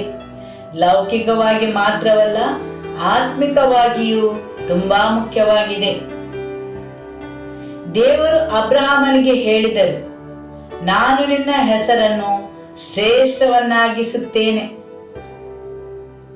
ಕೆಲವರು ಒಳ್ಳೆಯ ಹೆಸರನ್ನು ಪಡೆಯಬಹುದು ಅಥವಾ ಕೆಟ್ಟ ಹೆಸರು ಪಡೆಯಬಹುದು. ಅದರ ವ್ಯತ್ಯಾಸವೇನು?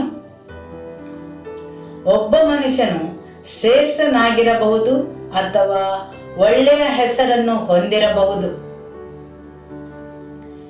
ಶ್ರೇಷ್ಠನಾಗಲು ಆ ಮನುಷ್ಯನು ಕೆಲವೊಂದು ವಿಷಯಗಳಲ್ಲಿ ಅವನು ಶ್ರೇಷ್ಠನಾಗಿ ಕೆಲಸ ಮಾಡಿರಬಹುದು.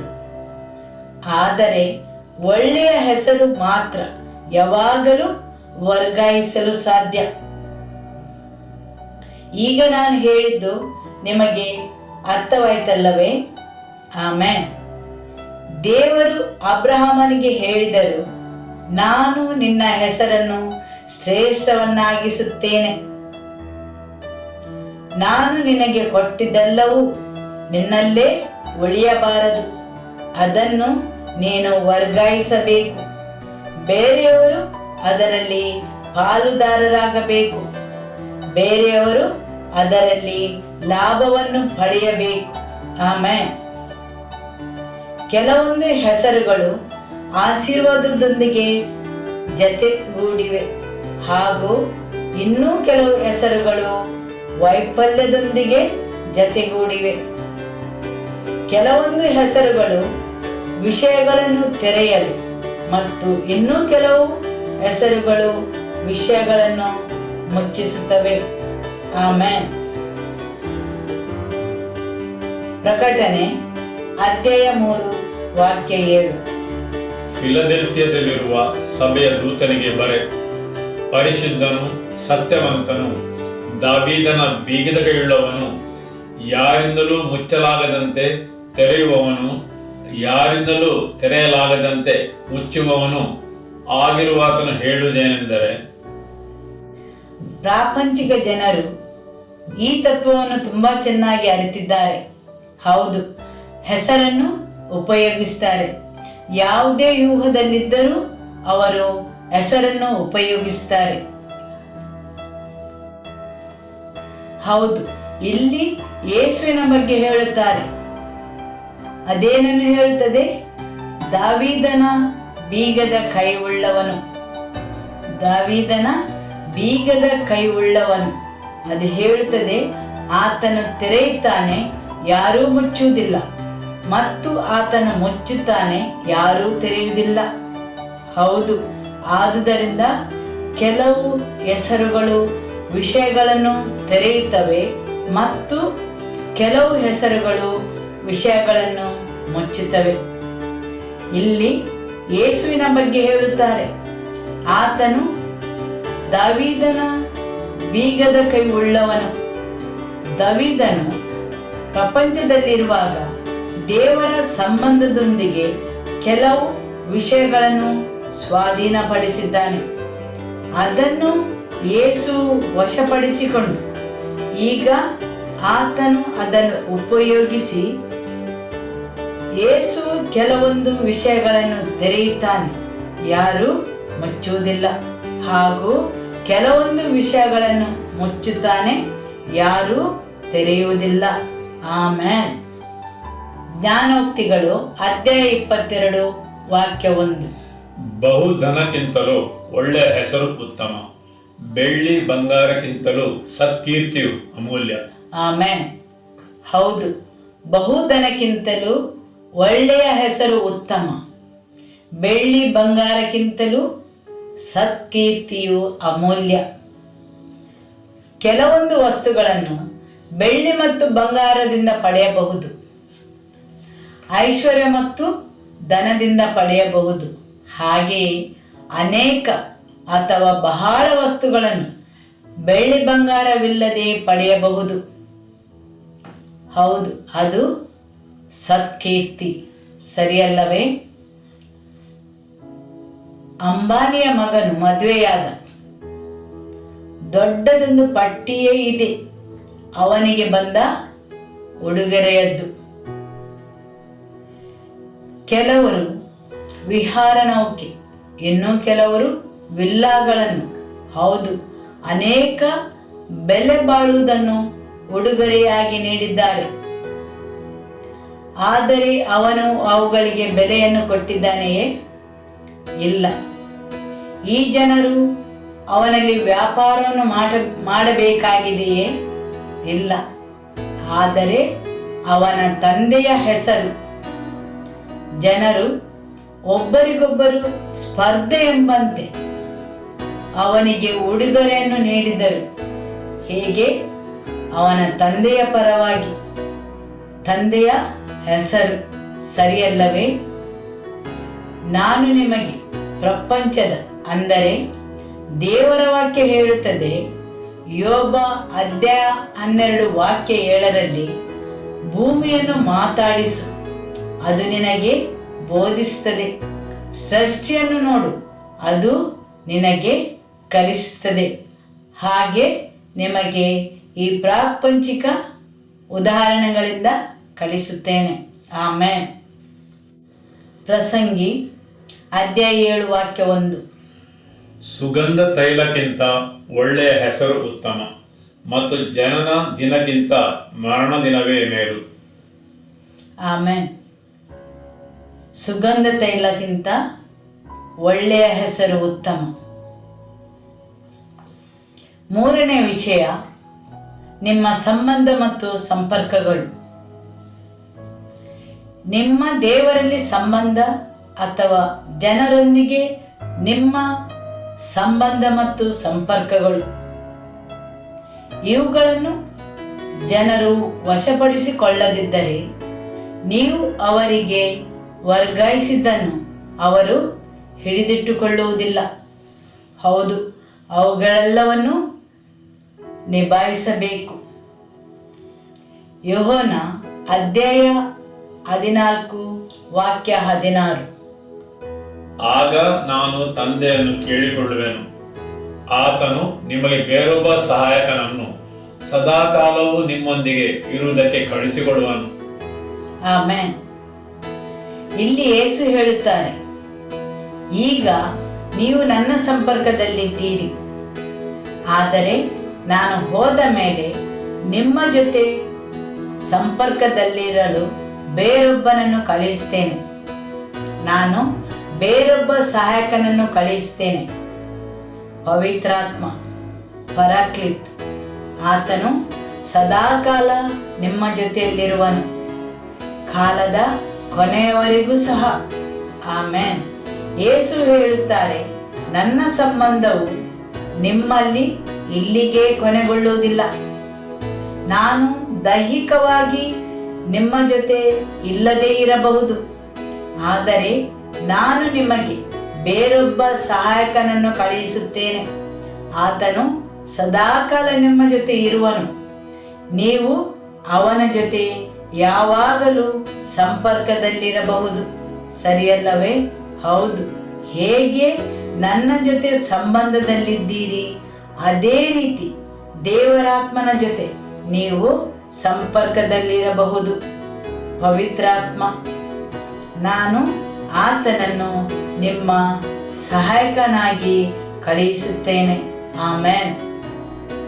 ಯೇಸು ಅವರಿಗೆ ಬೋಧಿಸುತ್ತಾರೆ ಹೇಗೆ ಸಂಬಂಧವನ್ನು ಬೆಳೆಸುವುದು ಮತ್ತು ಸಂಪರ್ಕದಲ್ಲಿರುವುದೆಂದು.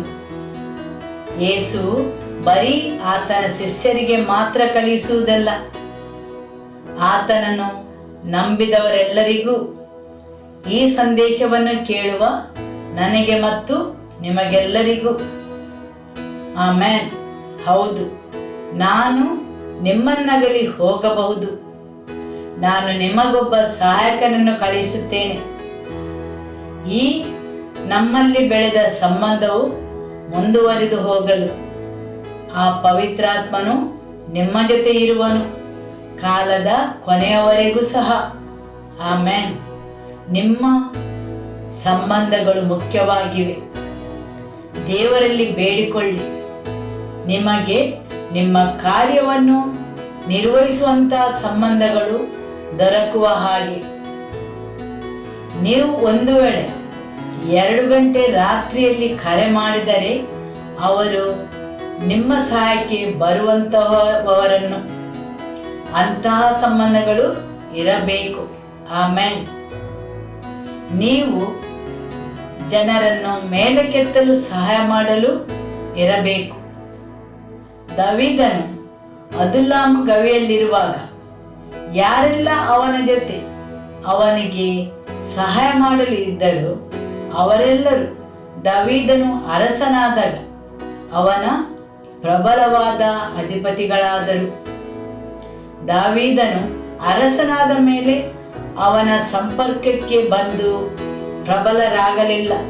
ಆದರೆ ದಾವೀದನು ಗವಿಯಲ್ಲಿರುವಾಗ ಅವನ ಜೊತೆ ಸಹವರ್ತಿಗಳಾಗಿದ್ದುದರಿಂದ ಅವರು ಪ್ರಬಲವಾದ ಅಧಿಪತಿಗಳಾದರು. ಸರಿಯಲ್ಲವೇ? ಅವನು ಗವಿಯಲ್ಲಿರುವಾಗ ಅವನ ಜೊತೆ ಸಂಪರ್ಕದಲ್ಲಿದ್ದವರು. ಆತನು ಅರಸನಾದ ಮೇಲೆ ಅಲ್ಲ. ದಾವೀದನು ಅರಸನಾದ ಮೇಲೆ ಬಹಳ ಜನರಿದ್ದರು ಅವನಲ್ಲಿ ಸಂಪರ್ಕದಲ್ಲಿ ಇರಲು. ಆದರೆ ದಾವೀದನ ಪ್ರಬಲವಾದ ಅಧಿಪತಿಗಳು ಅವನು ಗವಿಯಲ್ಲಿರುವಾಗಲೇ ಅವನ ಜೊತೆ ಸಂಪರ್ಕದಲ್ಲಿದ್ದವರು. ಯಾವಾಗ ಜನರು ಸಮೀಪದಲ್ಲಿರುವಾಗ ಅವರ ಜೊತೆ ಸಂಬಂಧವನ್ನು ಬೆಳೆಸಬೇಕು. ಸರಿಯಲ್ಲವೇ?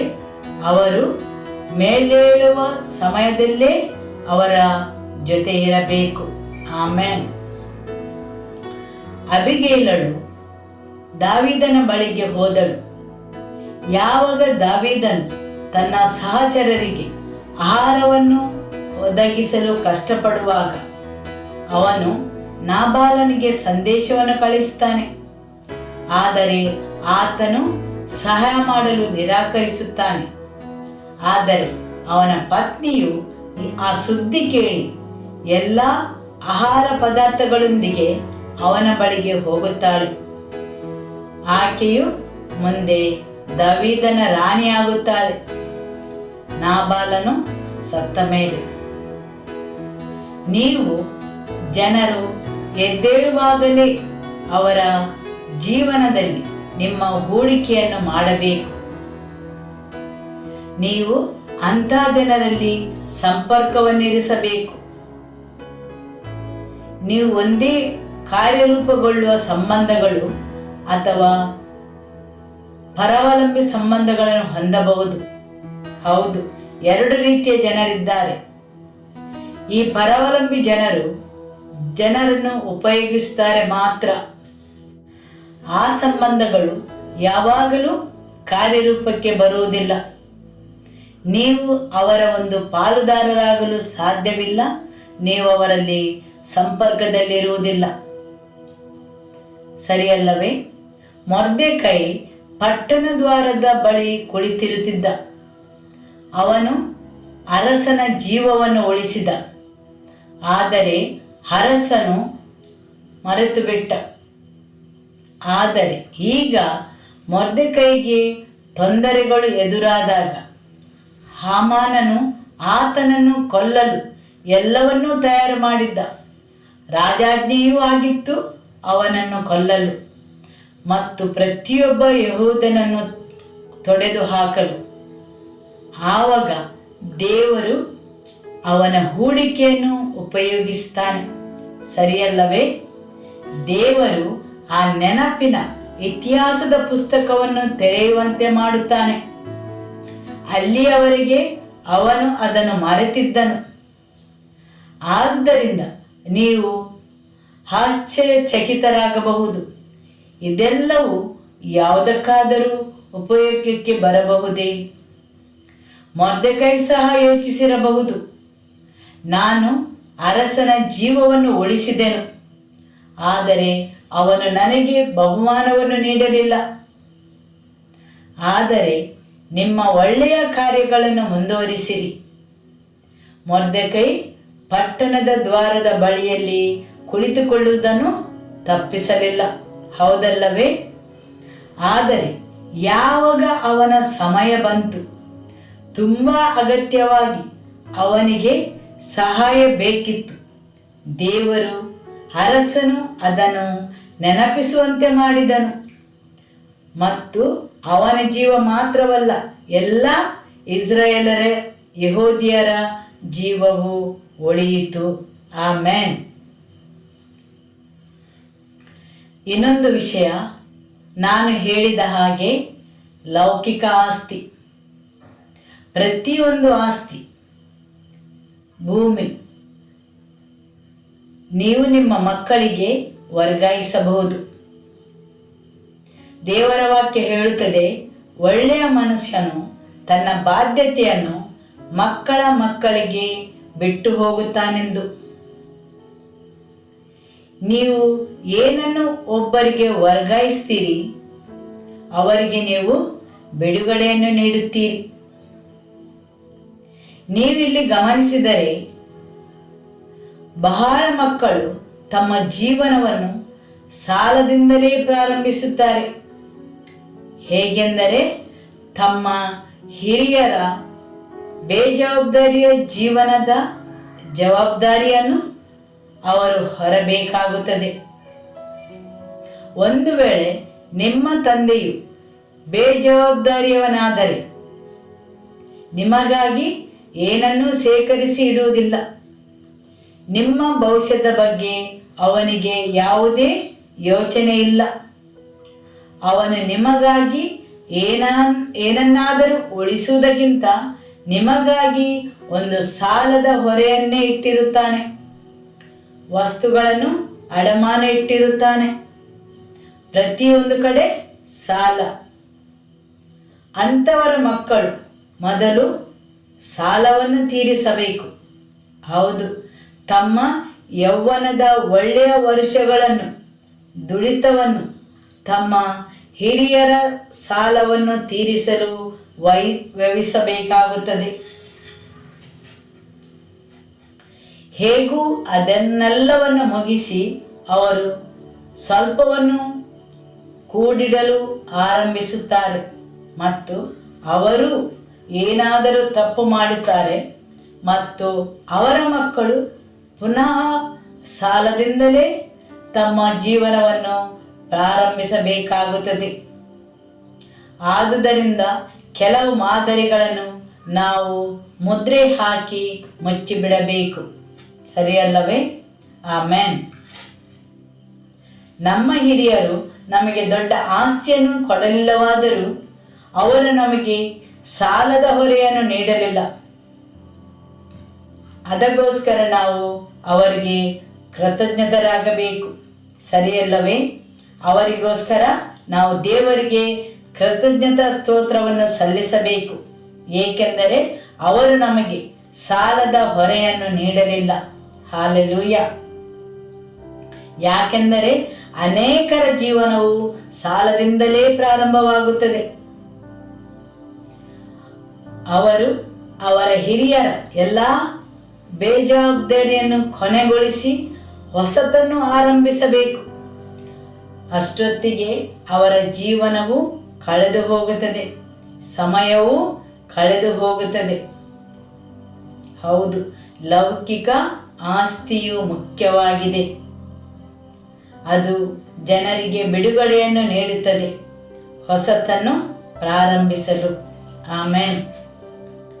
ಕೆಲವೊಂದು ಕಂಪನಿಗಳು, ಮನೆಗಳು, ಎಸ್ಟೇಟ್ಗಳು ಹಲವಾರು ವರ್ಷಗಳವರೆಗೆ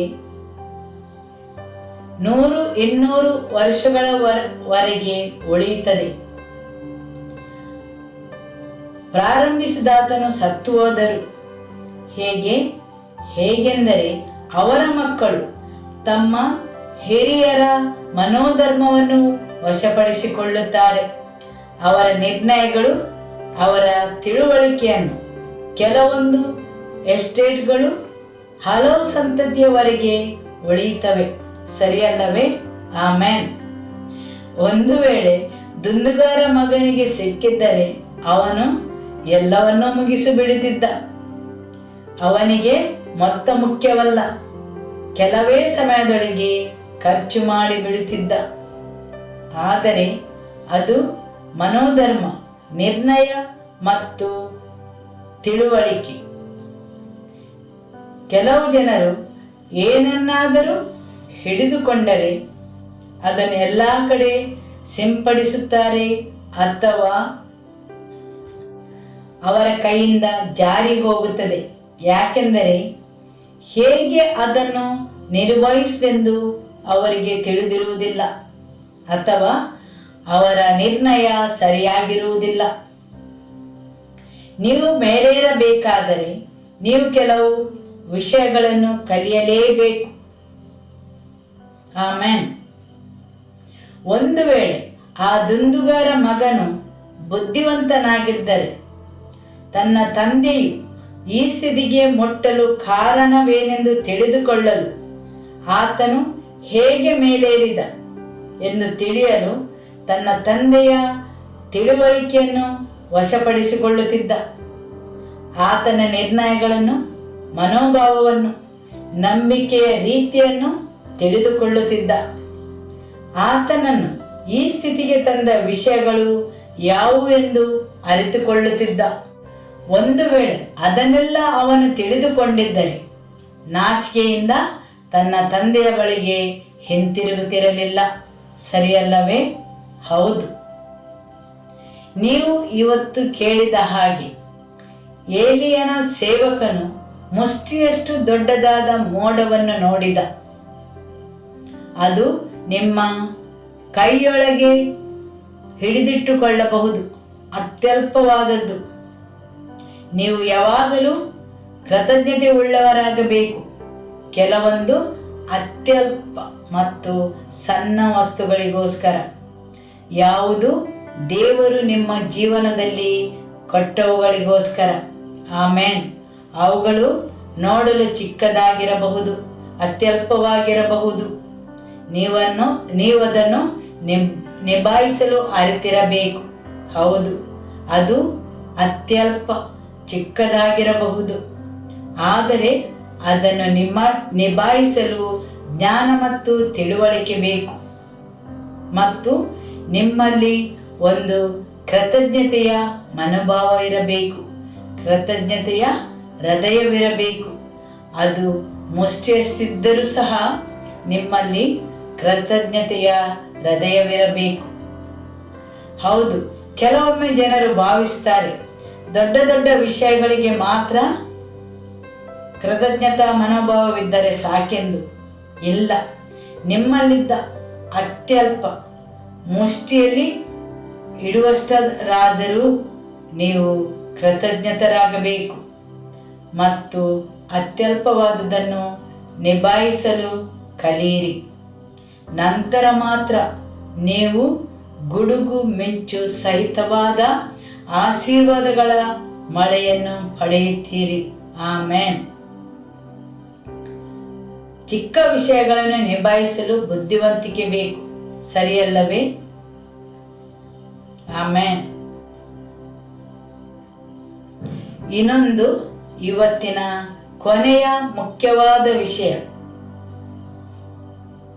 ಅದೇನೆಂದು ಯಾರಾದರೂ ಹೇಳುತ್ತೀರಾ? ನಾನು ಅದರ ಬಗ್ಗೆ ಮಾತಾಡಿದ್ದೇನೆ, ಮಧ್ಯದಲ್ಲಿ ತಿಳಿಸಿದ್ದೇನೆ ಸಹ. ಆದರೆ ನೀವು ಅದನ್ನು ಸೆರೆ ಹಿಡಿಯಲಿಲ್ಲ. ಅದು ನಿಮ್ಮ ನಿಲುವಂಗಿ ಎಂಬ ಅಭಿಷೇಕ. ಅದನ್ನು ಸಹ ವರ್ಗಾಯಿಸಬಹುದು. ನಿಮ್ಮಲ್ಲಿದ್ದ ಅಭಿಷೇಕ ನಿಮ್ಮ ನಿಲುವಂಗಿ ವರ್ಗಾಯಿಸಬಹುದು. ಆಮೇನ್. ಎಲೀಷನು ಎಲಿಯನ ಹತ್ತಿರ ಕೇಳಿದ, ನನಗೆ ಆ ನಿಲುವಂಗಿ ಬೇಕು. ಅಲ್ಲಿ ಅನೇಕ ಪ್ರವಾದಿಯ ಮಕ್ಕಳಿದ್ದರು. ಅವರು ಪ್ರವಾದಿ ಏಲಿಯನನ್ನು ತಿಳಿದಿದ್ದರು.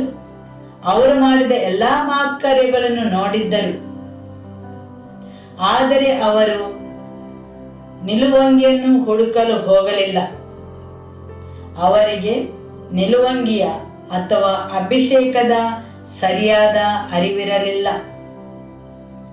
ಆದರೆ ಎಲೀಷನು ಅದರ ಹಿಂದೆ ಹೋದ. ಒಬ್ಬ ಸೇವಕನಂತೆ ಎಲೀಷನು ಪ್ರವಾದಿ ಏಲಿಯನ ಹಿಂದೆ ಹೋದ. ಹಾಗಾದರೆ ಅದ್ಯಾಕೆ ತುಂಬ ಪ್ರಾಮುಖ್ಯವಾಗಿತ್ತು?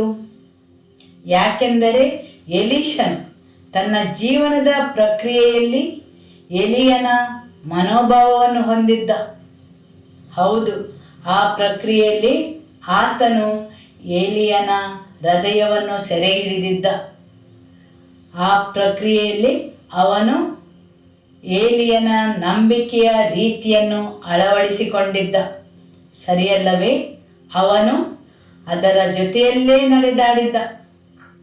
ಹೌದು, ಆ ಜೀವನ ಪ್ರಕ್ರಿಯೆಯಲ್ಲಿ ಅವನು ಅರಿತುಕೊಂಡ, ಇದು ಒಂದು ಲೌಕಿಕ ವಿಷಯವಲ್ಲ, ಇದು ಅಭಿಷೇಕವೆಂಬ ನಿಲುವಂಗಿ ಏಲಿಯನ ಜೊತೆಗಿರುವುದೆಂದು.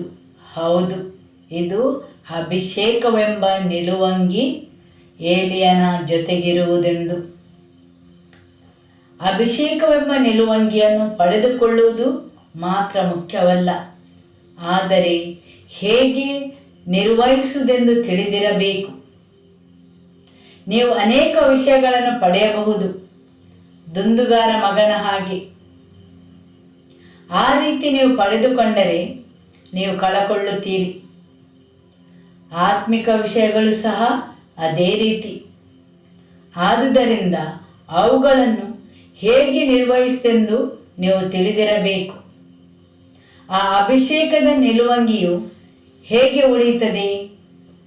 ಆ ತೈಲವು, ಅಭಿಷೇಕ ತೈಲವನ್ನು ಹೇಗೆ ಉಳಿಸಿ ಕಾಪಾಡುವುದು? ಅದಕ್ಕೋಸ್ಕರ ಏನು ತ್ಯಾಗ ಮಾಡಬೇಕು? ಅದರ ಜೊತೆ ಹೇಗೆ ಸಂಬಂಧವನ್ನು ಕಾಪಾಡುವುದು? ಅದನ್ನು ಹೇಗೆ ನಿರ್ವಹಿಸುವುದು? ಈ ಎಲ್ಲ ವಿಷಯಗಳನ್ನು ಮರೆಯಬೇಡಿರಿ. ನಾವು ಆದಿಕಾಂಡವನ್ನು ಓದಿದರೆ, ಆದಿಕಾಂಡ ಅಧ್ಯಾಯ 25 ವಾಕ್ಯ 1 ಅಬ್ರಹಾಮನು ಕೆಟೂರಳೆಂಬ ಇನ್ನೊಬ್ಬ ಹೆಂಡತಿಯನ್ನು ಮದುವೆ ಮಾಡಿಕೊಂಡನು. ಆಕೆ ಅವನಿಗೆ ಜಿಮ್ರಾನ್, ಯೋಕ್ಷಾನ್, ಮೆದಾನ್, ಮಿದ್ಯಾನ್, ಇಷ್ಬಾತ್, ಶೂಹ ಇವರನ್ನು ಹೆತ್ತಳು. ಯೋಕ್ಷಾನನು ಸೇಬಾ, ದೆದಾನ್ ಎಂಬುವರನ್ನು ಪಡೆದನು. ಅಶ್ಮೂರಿಯರು, ಲಿಟೂಷ್ಯರು, ಲಿಯುಮ್ಯರು ದೆದಾನಿಂದ ಹುಟ್ಟಿದವರು. ಗೇಫಾ, ಗೇಫೆರ್, ಹಾನೋಕ್, ಅಬಿದ, ಎಲ್ದಾಯ ಎಂಬುವವರು ಮಿದ್ಯಾನಿಂದ ಹುಟ್ಟಿದರು. ಇವರೆಲ್ಲರೂ ಕೆಟೂರಳ ಸಂತತಿಯವರು. ಹೌದು, ಈ ಎಲ್ಲ ಹೆಸರನ್ನು ನೀವು ಇಷ್ಟರವರೆಗೆ ಕೇಳಿರಲಿಲ್ಲ, ಸರಿಯಲ್ಲವೇ? ಆದರೆ ಇತ್ತೀಚಿನ ದಿನಗಳಲ್ಲಿ ಈ ಎಲ್ಲ ಹೆಸರುಗಳನ್ನು ಕೇಳುತ್ತಿದ್ದೀರಿ. ಅರಬ್ ಎಮಿರೇಟ್ಸಿನ ಜನರು, ಓಮನ್, ದುಬಾಯಿ, ಇವರೆಲ್ಲರೂ ಅಬ್ರಹಾಮನ ಮಕ್ಕಳು. ಹೌದು, ಕೆಲವು ದಿನಗಳ ಹಿಂದೆ ನಾವು ಕೇಳಿದ್ದೇವೆ, ದೇವರು ಹೇಗೆ ಅಬ್ರಹಾಮನಿಗೆ ಮರಳನ್ನು ನೋಡಲು ಹೇಳಿ, ಅದರಷ್ಟು ನಿನಗೆ ಸಂತತಿಯನ್ನು ನೀಡುವೆನು. ಹೌದು, ಈಗ ಅವರೆಲ್ಲರೂ ನಮ್ಮ ಸುತ್ತಲೂ ಇದ್ದಾರೆ, ವೃದ್ಧಿಸಿದ್ದಾರೆ. ಹೌದಲ್ಲವೇ? ಈಗ ಪ್ರಪಂಚದ ಜನಸಂಖ್ಯೆಯನ್ನು ನೋಡಿದರೆ ಆ ಒಬ್ಬ ಮನುಷ್ಯನಿಂದ ಎಷ್ಟೊಂದು ಜನಾಂಗಗಳು ಉದ್ಭವಿಸಿವೆ ಎಂದು ನಾವು ನೋಡಬಹುದು. ವಾಕ್ಯ 5 ನೋಡುವ. ಅಬ್ರಹಾಮನು ತನಗಿದ್ದ ಆಸ್ತಿಯನ್ನೆಲ್ಲ ಇಸಾಕನಿಗೆ ಕೊಟ್ಟನು. ಅಬ್ರಹಾಮನು ತನ್ನ ಉಪಪತ್ನಿಯರ ಮಕ್ಕಳಿಗೆ ಕೆಲವು ಸೊತ್ತುಗಳನ್ನು ದಾನ ಮಾಡಿ ತಾನು ಇನ್ನೂ ಜೀವದಿಂದಿರುವಾಗಲೇ ಅವರನ್ನು ತನ್ನ ಮಗನಾದ ಇಸಾಕನ ಬಳಿಯಿಂದ ಪೂರ್ವ ದಿಕ್ಕಿನಲ್ಲಿರುವ ಕೆದೆಮ್ ದೇಶಕ್ಕೆ ಕಳುಹಿಸಿಬಿಟ್ಟನು. ಹೌದು, ದೇವರ ವಾಕ್ಯವು ಹೇಳ್ತದೆ, ಅಬ್ರಹಾಮನು ತನ್ನ ಈ ಎಲ್ಲ ಮಕ್ಕಳಿಗೆ ಸೊತ್ತುಗಳನ್ನು ದಾನ ಮಾಡಿದನು. ಅಂದರೆ ಸೊತ್ತುಗಳನ್ನು ಉಡುಗೊರೆಯಾಗಿ ಕೊಟ್ಟನು. ಅಂದರೆ ಈಗಿನ ಭಾಷೆಯಲ್ಲಿ ಹೇಳುವುದಾದರೆ ಎಸ್ಟೇಟ್ಸ್, ವಿಲ್ಲಾಗಳು, ಭೂಮಿ ಇದೆಲ್ಲವನ್ನು, ಲೌಕಿಕ ಆಸ್ತಿಯನ್ನು ಆ ಮಕ್ಕಳಿಗೆ ಕೊಟ್ಟು ಅವರನ್ನು ದೂರಿಗೆ ಕಳಿಸಿದನು. ಹೌದು, ವಾಕ್ಯ 5 ಹೇಳುತ್ತದೆ, ಅಬ್ರಹಾಮನು ತನಗಿದ್ದ ಆಸ್ತಿಯನ್ನೆಲ್ಲ ಇಸಾಕನಿಗೆ ಕೊಟ್ಟನು. ಸುವಾರ್ತೆ ಲೂಕ ಅಧ್ಯಾಯ 15ರಲ್ಲಿ ನಾವು ಕೇಳಿದೆವು, ದುಂದುಗಾರನ ಮಗನ ತಂದೆಯು ತನ್ನ ಹಿರಿಮಗನಿಗೆ ಹೇಳುತ್ತಾನೆ, ನನ್ನದೆಲ್ಲವೂ ನಿನ್ನದೇ. ಹೌದಲ್ಲವೇ? ಇವತ್ತು ನೀವು ಕೇಳಿದ ವಾಕ್ಯವು ಅದೇ ರೀತಿ ಒಳಿಯಬಾರದು. ಆಮೆನ್. ಅಬ್ರಹಾಮನು ತನಗಿದ್ದ ಆಸ್ತಿಯನ್ನೆಲ್ಲ ಇಸಾಕನಿಗೆ ಕೊಟ್ಟನು. ತನ್ನ ಬೇರೆಲ್ಲ ಮಕ್ಕಳಿಗೆ ದೂರ ಕಳುಹಿಸಿದನು. ಆದಿಕಾಂಡ ಅಧ್ಯಾಯ 25 ವಾಕ್ಯ 11. ಅಬ್ರಹಾಮನು ತೀರಿ ಹೋದ ನಂತರ ದೇವರ ಅನುಗ್ರಹವು ಅವನ ಮಗನ ಇಸಾಕನ ಮೇಲೆ ಉಂಟಾಯಿತು. ಇಸಾಕನು ಬೇರ್ ಲೆಹರೋಯಿಯ ಹತ್ತಿರ ವಾಸವಾಗಿದ್ದನು. ಅಬ್ರಹಾಮನು ತೀರಿ ಹೋದ ನಂತರ ಅಬ್ರಹಾಮನಿಗೆ ಅನೇಕ ಮಂದಿ ಮಕ್ಕಳಿದ್ದರು. ಸರಿಯಲ್ಲವೇ? ಹೌದು, ಅಬ್ರಹಾಮನಿಗೆ ಅನೇಕ ಮಂದಿ ಮಕ್ಕಳಿದ್ದರು. ಆದರೆ ಇಲ್ಲಿ ದೇವರ ವಾಕ್ಯ ಹೇಳುತ್ತದೆ, ಅಬ್ರಹಾಮನು ತೀರಿ ಹೋದ ನಂತರ ದೇವರು ಅವನ ಮಗನಾದ ಇಸಾಕನನ್ನು ಆಶೀರ್ವಾದಿಸಿದನು. ಯಾಕೆ ಇಸಾಕನನ್ನು ಮಾತ್ರ? ಯಾಕೆ ಬೇರೆಲ್ಲರನ್ನು ಆಶೀರ್ವಾದಿಸಲಿಲ್ಲ? ಅವರೆಲ್ಲರೂ ಅಬ್ರಹಾಮನ ಮಕ್ಕಳೇ.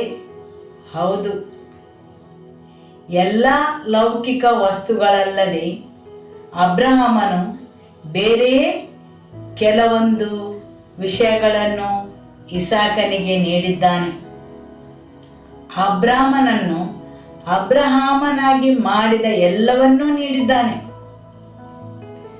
ದೇವರೊಂದಿಗಿನ ಅವನ ಸಂಬಂಧ, ದೇವರೊಂದಿಗಿನ ಅವನ ಒಡಂಬಡಿಕೆ, ಅವನ ತ್ಯಾಗಗಳು, ಅವನ ಮನೋಧರ್ಮ, ಅವನ ನಿರ್ಣಯಗಳು, ಹೌದು, ಅವನಿಗಿರುವುದೆಲ್ಲವನ್ನೂ ಅವನು ಇಸಾಕನಿಗೆ ಕೊಟ್ಟನು.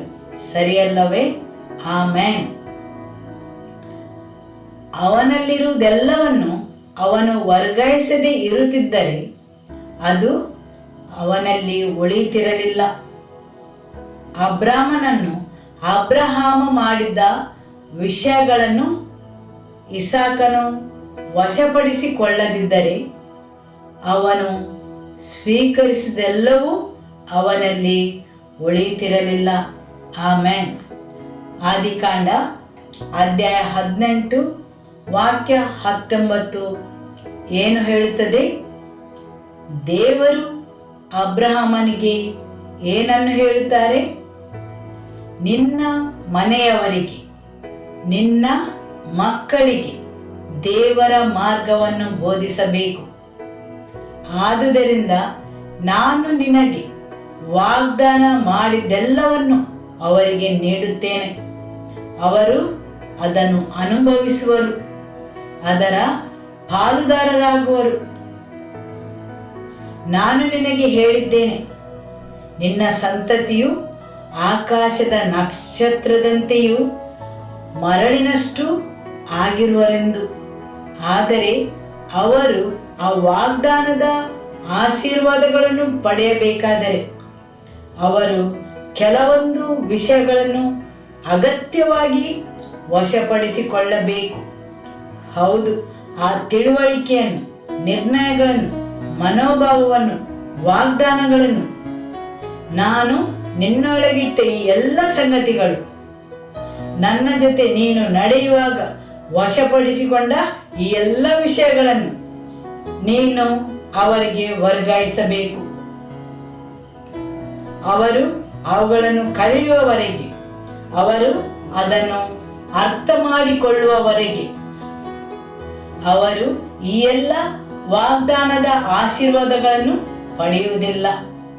ಈ ಎಲ್ಲ ವಾಗ್ದಾನಗಳನ್ನು ಅವರ ಮೇಲೆ ಹೇಳಿದರೂ ಸಹ ವಾಗ್ದಾನಗಳನ್ನು ಹೇಳಿರಬಹುದು, ನೀವು ಅದರ ಒಳ ಮರ್ಮವನ್ನು ಅರಿತು ಅವುಗಳನ್ನು ವಶಪಡಿಸಿಕೊಳ್ಳುವವರೆಗೆ ಅವುಗಳು ವಾಗ್ದಾನಗಳಾಗಿಯೇ ಉಳಿಯುವು. ಆಮೆನ್. ದೇವರು ಅಬ್ರಹಾಮನಿಗೆ ಈ ಎಲ್ಲ ವಾಗ್ದಾನಗಳನ್ನು ಹೇಳಿದ್ದಾರೆ. ಹೌದು, ಮತ್ತು ಅವರು ಹೇಳಿದ್ದಾರೆ, ನಿಮ್ಮ ಮಕ್ಕಳಿಗೆ ಕಲಿಸಿರಿ, ಬೋಧಿಸಿರಿ ದೇವರ ಮಾರ್ಗವನ್ನು, ಮತ್ತು ನಾನು ಹೇಳಿದ ಎಲ್ಲ ವಾಗ್ದಾನದ ಆಶೀರ್ವಾದಗಳನ್ನು ಅವರ ಮೇಲೆ ಬರಮಾಡುತ್ತೇನೆ. ಆಮೆನ್.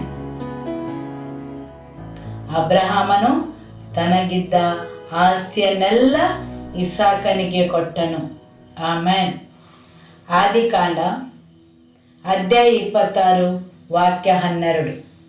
ಇಸಾಕನು ಆ ದೇಶದಲ್ಲಿ ಬೀಜವನ್ನು ಬಿತ್ತಿ ಅದೇ ವರ್ಷದಲ್ಲಿ 100ರಷ್ಟು ಬೆಳೆಯನ್ನು ಕೊಯ್ದನು. ಯೆಹೋವನು ಅವನನ್ನು ಅಭಿವೃದ್ಧಿಪಡಿಸಿದನು.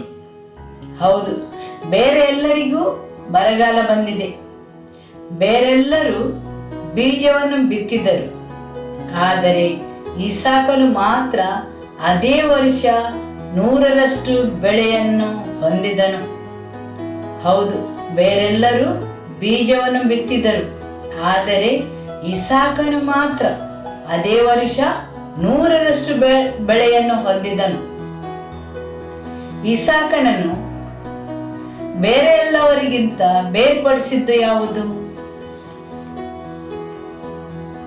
ತನಗೆ ಇರುವುದೆಲ್ಲವನ್ನು ಅವನು ಆತನಿಗೆ ಕೊಟ್ಟನು, ಸರಿಯಲ್ಲವೇ? ಆ ತಿಳುವಳಿಕೆ, ಮನೋಧರ್ಮ, ನಿರ್ಣಯಗಳು, ಸಂಬಂಧಗಳು, ದೇವರಲ್ಲಿ ಅವನಿಗಿದ್ದ ಆ ಒಳ್ಳೆಯ ಹೆಸರು, ಅವನಿಗಿದ್ದ ಆ ಒಡಂಬಡಿಕೆ, ಎಲ್ಲವನ್ನು, ಅವನಲ್ಲಿದ್ದ ಎಲ್ಲವನ್ನು ಆತನಿಗೆ ಕೊಟ್ಟನು.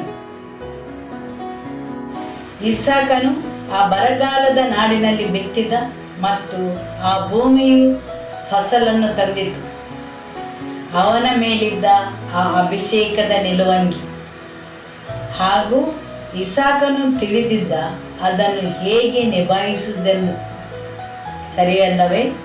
ಹೌದು, ಅದೇ ಇಸಾಕನನ್ನು ಬೇರೆಯವನನ್ನಾಗಿ ಬೇರ್ಪಡಿಸಿದ್ದು. ಅಬ್ರಹಾಮನಿಗೆ ಅನೇಕ ಪುತ್ರರಿದ್ದರು, ಆದರೆ ಒಬ್ಬನು ಮಾತ್ರ ವಶಪಡಿಸಿ ಸ್ವೀಕರಿಸಿದ. ಅಬ್ರಹಾಮನು ಹೊತ್ತುಕೊಂಡಿದ್ದ ಆ ಅಭಿಷೇಕದ ನಿಲುವಂಗಿಯನ್ನು, ಮನೋಭಾವವನ್ನು, ತಿಳುವಳಿಕೆಯನ್ನು, ಸಂಬಂಧಗಳನ್ನು, ವಾಗ್ದಾನಗಳನ್ನು, ಒಡಂಬಡಿಕೆ ಎಲ್ಲವನ್ನು. ಆಮೆನ್. ಬರಗಾಲದಲ್ಲಿಯೂ ಅವನು ಬಿತ್ತಿದ ಮತ್ತು 100ರಷ್ಟು ಫಸಲನ್ನು ಪಡೆದ. ಹೌದು, ಆ ದೇವರ ವಾಗ್ದಾನದಿಂದಾಗಿ ಭೂಮಿಯು ಫಸಲನ್ನು ಕೊಡುವುದನ್ನು ಹಿಡಿದಿಟ್ಟುಕೊಳ್ಳಲು ಸೋತಿತು. ಯಾಕೆಂದರೆ ಜೀವವನ್ನುಂಟು ಮಾಡುವ ಪವಿತ್ರ ಆತ್ಮನಿಂದಾದ ನಿಯಮವು ನಿನ್ನನ್ನು ಪಾಪ ಮರಣಗಳಿಗೆ ಕಾರಣವಾದ ನಿಯಮದಿಂದ ಕ್ರಿಸ್ತ ಯೇಸುವಿನ ಮೂಲಕ ಬಿಡಿಸಿತು. ಹೌದು, ಸ್ವಾಭಾವಿಕ ನಿಯಮಗಳು ಕಾರ್ಯನಿರ್ವಹಿಸುತ್ತವೆ, ಆದರೆ ಪವಿತ್ರಾತ್ಮನಿಂದಾದ ನಿಯಮವು ಅತಿಕ್ರಮಿಸಿ ಅದನ್ನು ತಳ್ಳಿ ಹಾಕುತ್ತದೆ. ಆಮೆನ್. ಜೀವ ಕೊಡುವ ಪವಿತ್ರಾತ್ಮನ ನಿಯಮವು ಖಂಡಿತವಾಗಿಯೂ ಕಾರ್ಯನಿರ್ವಹಿಸ್ತದೆ. ಬೇರೆಲ್ಲ ನಿಯಮಗಳಿಗಿಂತ ಮೇಲೆ ಕಾರ್ಯನಿರ್ವಹಿಸ್ತದೆ. ವಾಕ್ಯ 13. ಅವನ ಐಶ್ವರ್ಯವು ದಿನೇ ದಿನೇ ಹೆಚ್ಚಿದ್ದರಿಂದ ಬಹು ಧನವಂತನಾದನು. ಹೌದು, ಇದು ಇಸಾಕನ ಬಗ್ಗೆ ಹೇಳುತ್ತದೆ. ಬರಗಾಲದಲ್ಲಿ ಬೀಜವನ್ನು ಬಿತ್ತಿದ. ಅವನ ಐಶ್ವರ್ಯವು ದಿನೇ ದಿನೇ ಹೆಚ್ಚಿದ್ದರಿಂದ ಬಹು ಧನವಂತನಾದನು ಮತ್ತು ಅತಿ ಶ್ರೇಷ್ಠ ಮನುಷ್ಯನಾದನು. ಆ ಹಿರಿಮೆಗೆ ಕಾರಣವೇನು? ದೇವರು ಅಬ್ರಹಾಮನಿಗೆ ಹೇಳಿದನು, ನಾನು ನಿನಗೊಂದು ಶ್ರೇಷ್ಠ ಹೆಸರನ್ನು ನೀಡುತ್ತೇನೆ. ಹೌದು, ದೇವರು ಅಬ್ರಹಾಮನಿಗೆ ಹೇಳಿದನು, ನಾನು ನಿನಗೊಂದು ಶ್ರೇಷ್ಠ ಹೆಸರನ್ನು ನೀಡುತ್ತೇನೆ. ಮತ್ತು ಅವನು ಅದನ್ನು ವರ್ಗಾಯಿಸಿದ. ಆದುದರಿಂದ ಅವನ ಎರಡನೇ ಜನಾಂಗ ಅದರಲ್ಲಿ ಮುನ್ನಡೆಯಿತು. ಆಮೆನ್. ವಾಕ್ಯ 14. ಅವನಿಗೆ ದನಕುರಿಗಳು, ಸಂಪತ್ತು, ಸೇವಕರು ಹೇರಳವಾಗಿದ್ದುದನ್ನು ನೋಡಿ ಫಿಲಿಷ್ಟಿಯರು ಹೊಟ್ಟೆಕಿಚ್ಚುಪಟ್ಟರು.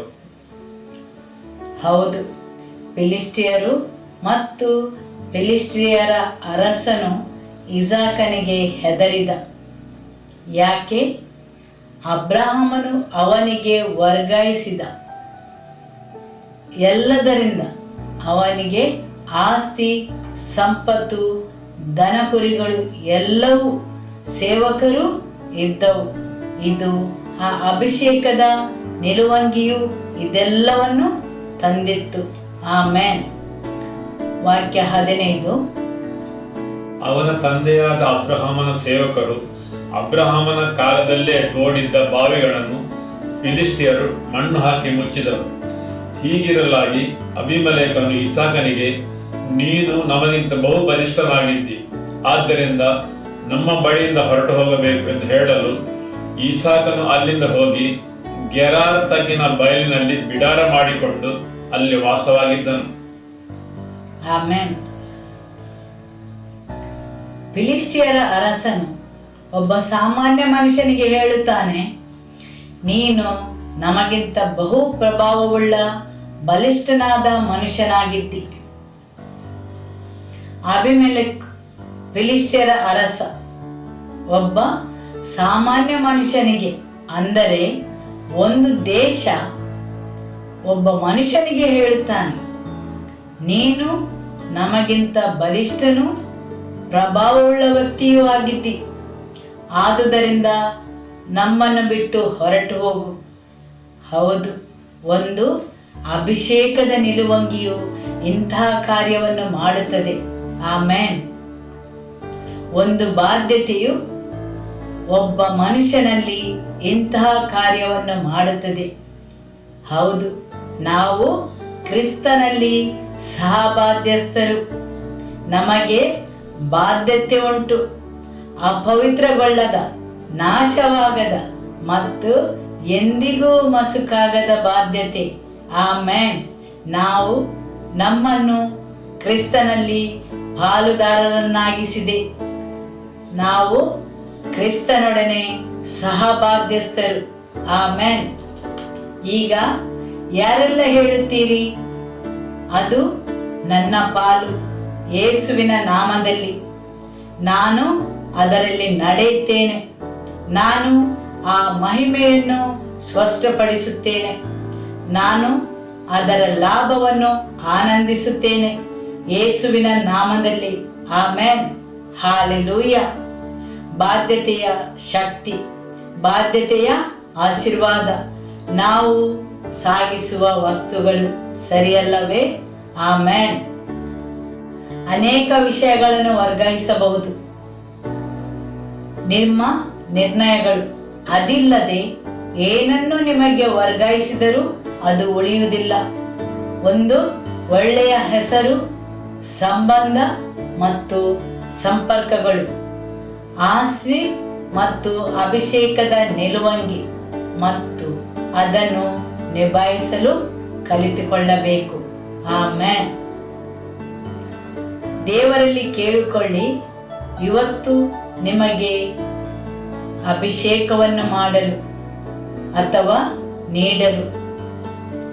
ಯೇಸುವಿನಲ್ಲಿ ನಿಮಗಿದ್ದ ಆ ಶ್ರೀಮಂತ ಬಾಧ್ಯತೆಯನ್ನು ಅನುಭವಿಸಲು, ಆನಂದಿಸಲು ಆತನು ಅದಕ್ಕೆ ಬೆಲೆಯನ್ನು ತೆತ್ತಿದ್ದಾನೆ. ಆ ಬಾಧ್ಯತೆಯಲ್ಲಿ ನಡೆಯಲು ಕೃಪೆಯನ್ನು ಬೇಡಿರಿ. ಆಮೆನ್. ಹಾಲೆಲೂಯ. ದೇವರಿಗೆ ಸ್ತೋತ್ರವನ್ನು ಸಲ್ಲಿಸುವ. ಆಮೆನ್. ಯಾರೆಲ್ಲ ನಿಮ್ಮ ಜೀವನವನ್ನು ಯೇಸುವಿಗೆ ಸಮರ್ಪಿಸಲು ಆಶಿಸ್ತೀರಿ, ಅವರು ನನ್ನ ಜೊತೆ ಈ ಪ್ರಾರ್ಥನೆಯನ್ನು ಮಾಡಿರಿ. ಯೇಸುವೆ, ನಾನು ನನ್ನ ಜೀವನವನ್ನು ನಿನಗೆ ಸಮರ್ಪಿಸುತ್ತೇನೆ. ನಾನು ಒಬ್ಬ ಪಾಪಿ ಎಂದು ಅರಿತುಕೊಳ್ಳುತ್ತೇನೆ. ನೀನು ನನಗಾಗಿ ಶಿಲುಬೆಯಲ್ಲಿ ನನ್ನ ಪಾಪಗೋಸ್ಕರ ಮರಣ ಹೊಂದಿದ್ದಕ್ಕೆ ನಿನಗೆ ಸ್ತೋತ್ರವನ್ನು ಸಲ್ಲಿಸುತ್ತೇನೆ. ನಿನ್ನ ರಕ್ತದಲ್ಲಿ ನನ್ನ ಪಾಪಗಳಿಗೆ ಕ್ಷಮೆ ಉಂಟು. ನೀನು ನನ್ನ ಪಾಪಗೋಸ್ಕರ ಶಿಲುಬೆಯ ಮರಣವನ್ನು ಹೊಂದಿದ್ದೀರೆಂದು ನಾನು ನಂಬುತ್ತೇನೆ. ನಿಮ್ಮ ರಕ್ತದಿಂದ ನನ್ನನ್ನು ಶುದ್ಧೀಕರಿಸಿರಿ, ನನ್ನ ಪಾಪಗಳನ್ನು ಕ್ಷಮಿಸಿರಿ. ನಾನು ಪಾಪವನ್ನು, ಲೋಕವನ್ನು, ಸೈತಾನನನ್ನು ತಿರಸ್ಕರಿಸುತ್ತೇನೆ ಯೇಸುವಿನ ನಾಮದಲ್ಲಿ. ಯೇಸುವೆ, ನನ್ನಲ್ಲಿ ಬನ್ನಿರಿ. ನನ್ನಲ್ಲಿ ನೀವು ಬರಲು ಅಡ್ಡಿ ಮಾಡುವ ಎಲ್ಲ ನನ್ನ ಪಾಪಗಳಿಂದ, ನನ್ನ ವಂಶಾವಳಿಯಿಂದ, ನನ್ನ ಪೂರ್ವಜರಿಂದ, ನನ್ನ ಮೇಲೆ ಅವುಗಳಿಗೆ ಇರುವ ಅಧಿಕಾರದಿಂದ ನನಗೆ ಬಿಡುಗಡೆಯನ್ನು ನೀಡಿರಿ. ನನ್ನ ಪಾಪಗಳನ್ನು ನಿಮ್ಮ ರಕ್ತದಿಂದ ಕ್ಷಮಿಸಿರಿ. ಪವಿತ್ರಾತ್ಮರೇ, ನನ್ನಲ್ಲಿ ಬನ್ನಿರಿ. ಯೇಸುವೆ, ನನ್ನ ಜೀವನದಲ್ಲಿ ಬನ್ನಿರಿ. ಈ ದಿನ ನಾನು ನಿಮ್ಮನ್ನು ನನ್ನ ಜೀವನದಲ್ಲಿ ಬರಲು ಆಹ್ವಾನಿಸುತ್ತೇನೆ ಮತ್ತು ನನ್ನ ಸ್ವಂತ ರಕ್ಷಕನೆಂದು ಸ್ವೀಕರಿಸುತ್ತೇನೆ. Amen.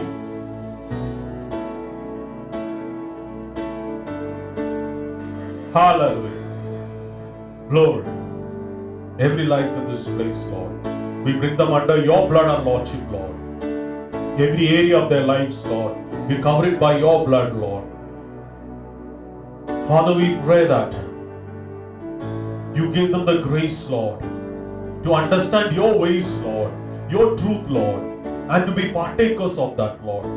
To understand, Lord, your ways, Father, your statutes, Lord. That every veil, every blindness, everything that hinders them, every mindsets to be transformed, Lord. Cause them to have the mind of Christ, that they may be partakers of all that is there in Christ, Lord. Every life in this place, we bring them under your blood and lordship. We cover them by your blood. May your blood continue to speak over them. Continue to bless them and keep them, Father, for your glory. In Jesus' name, continue to build up every life, Lord, that they may declare your mighty wonders, Lord, and your awesome deeds among men. In Jesus' name, amen. And may the love of God the Father, may the peace of our Lord Jesus Christ, and the fellowship of the Holy Spirit be with you all. Go in the peace of the Lord be with you. Amen. Shalom. Hallelujah.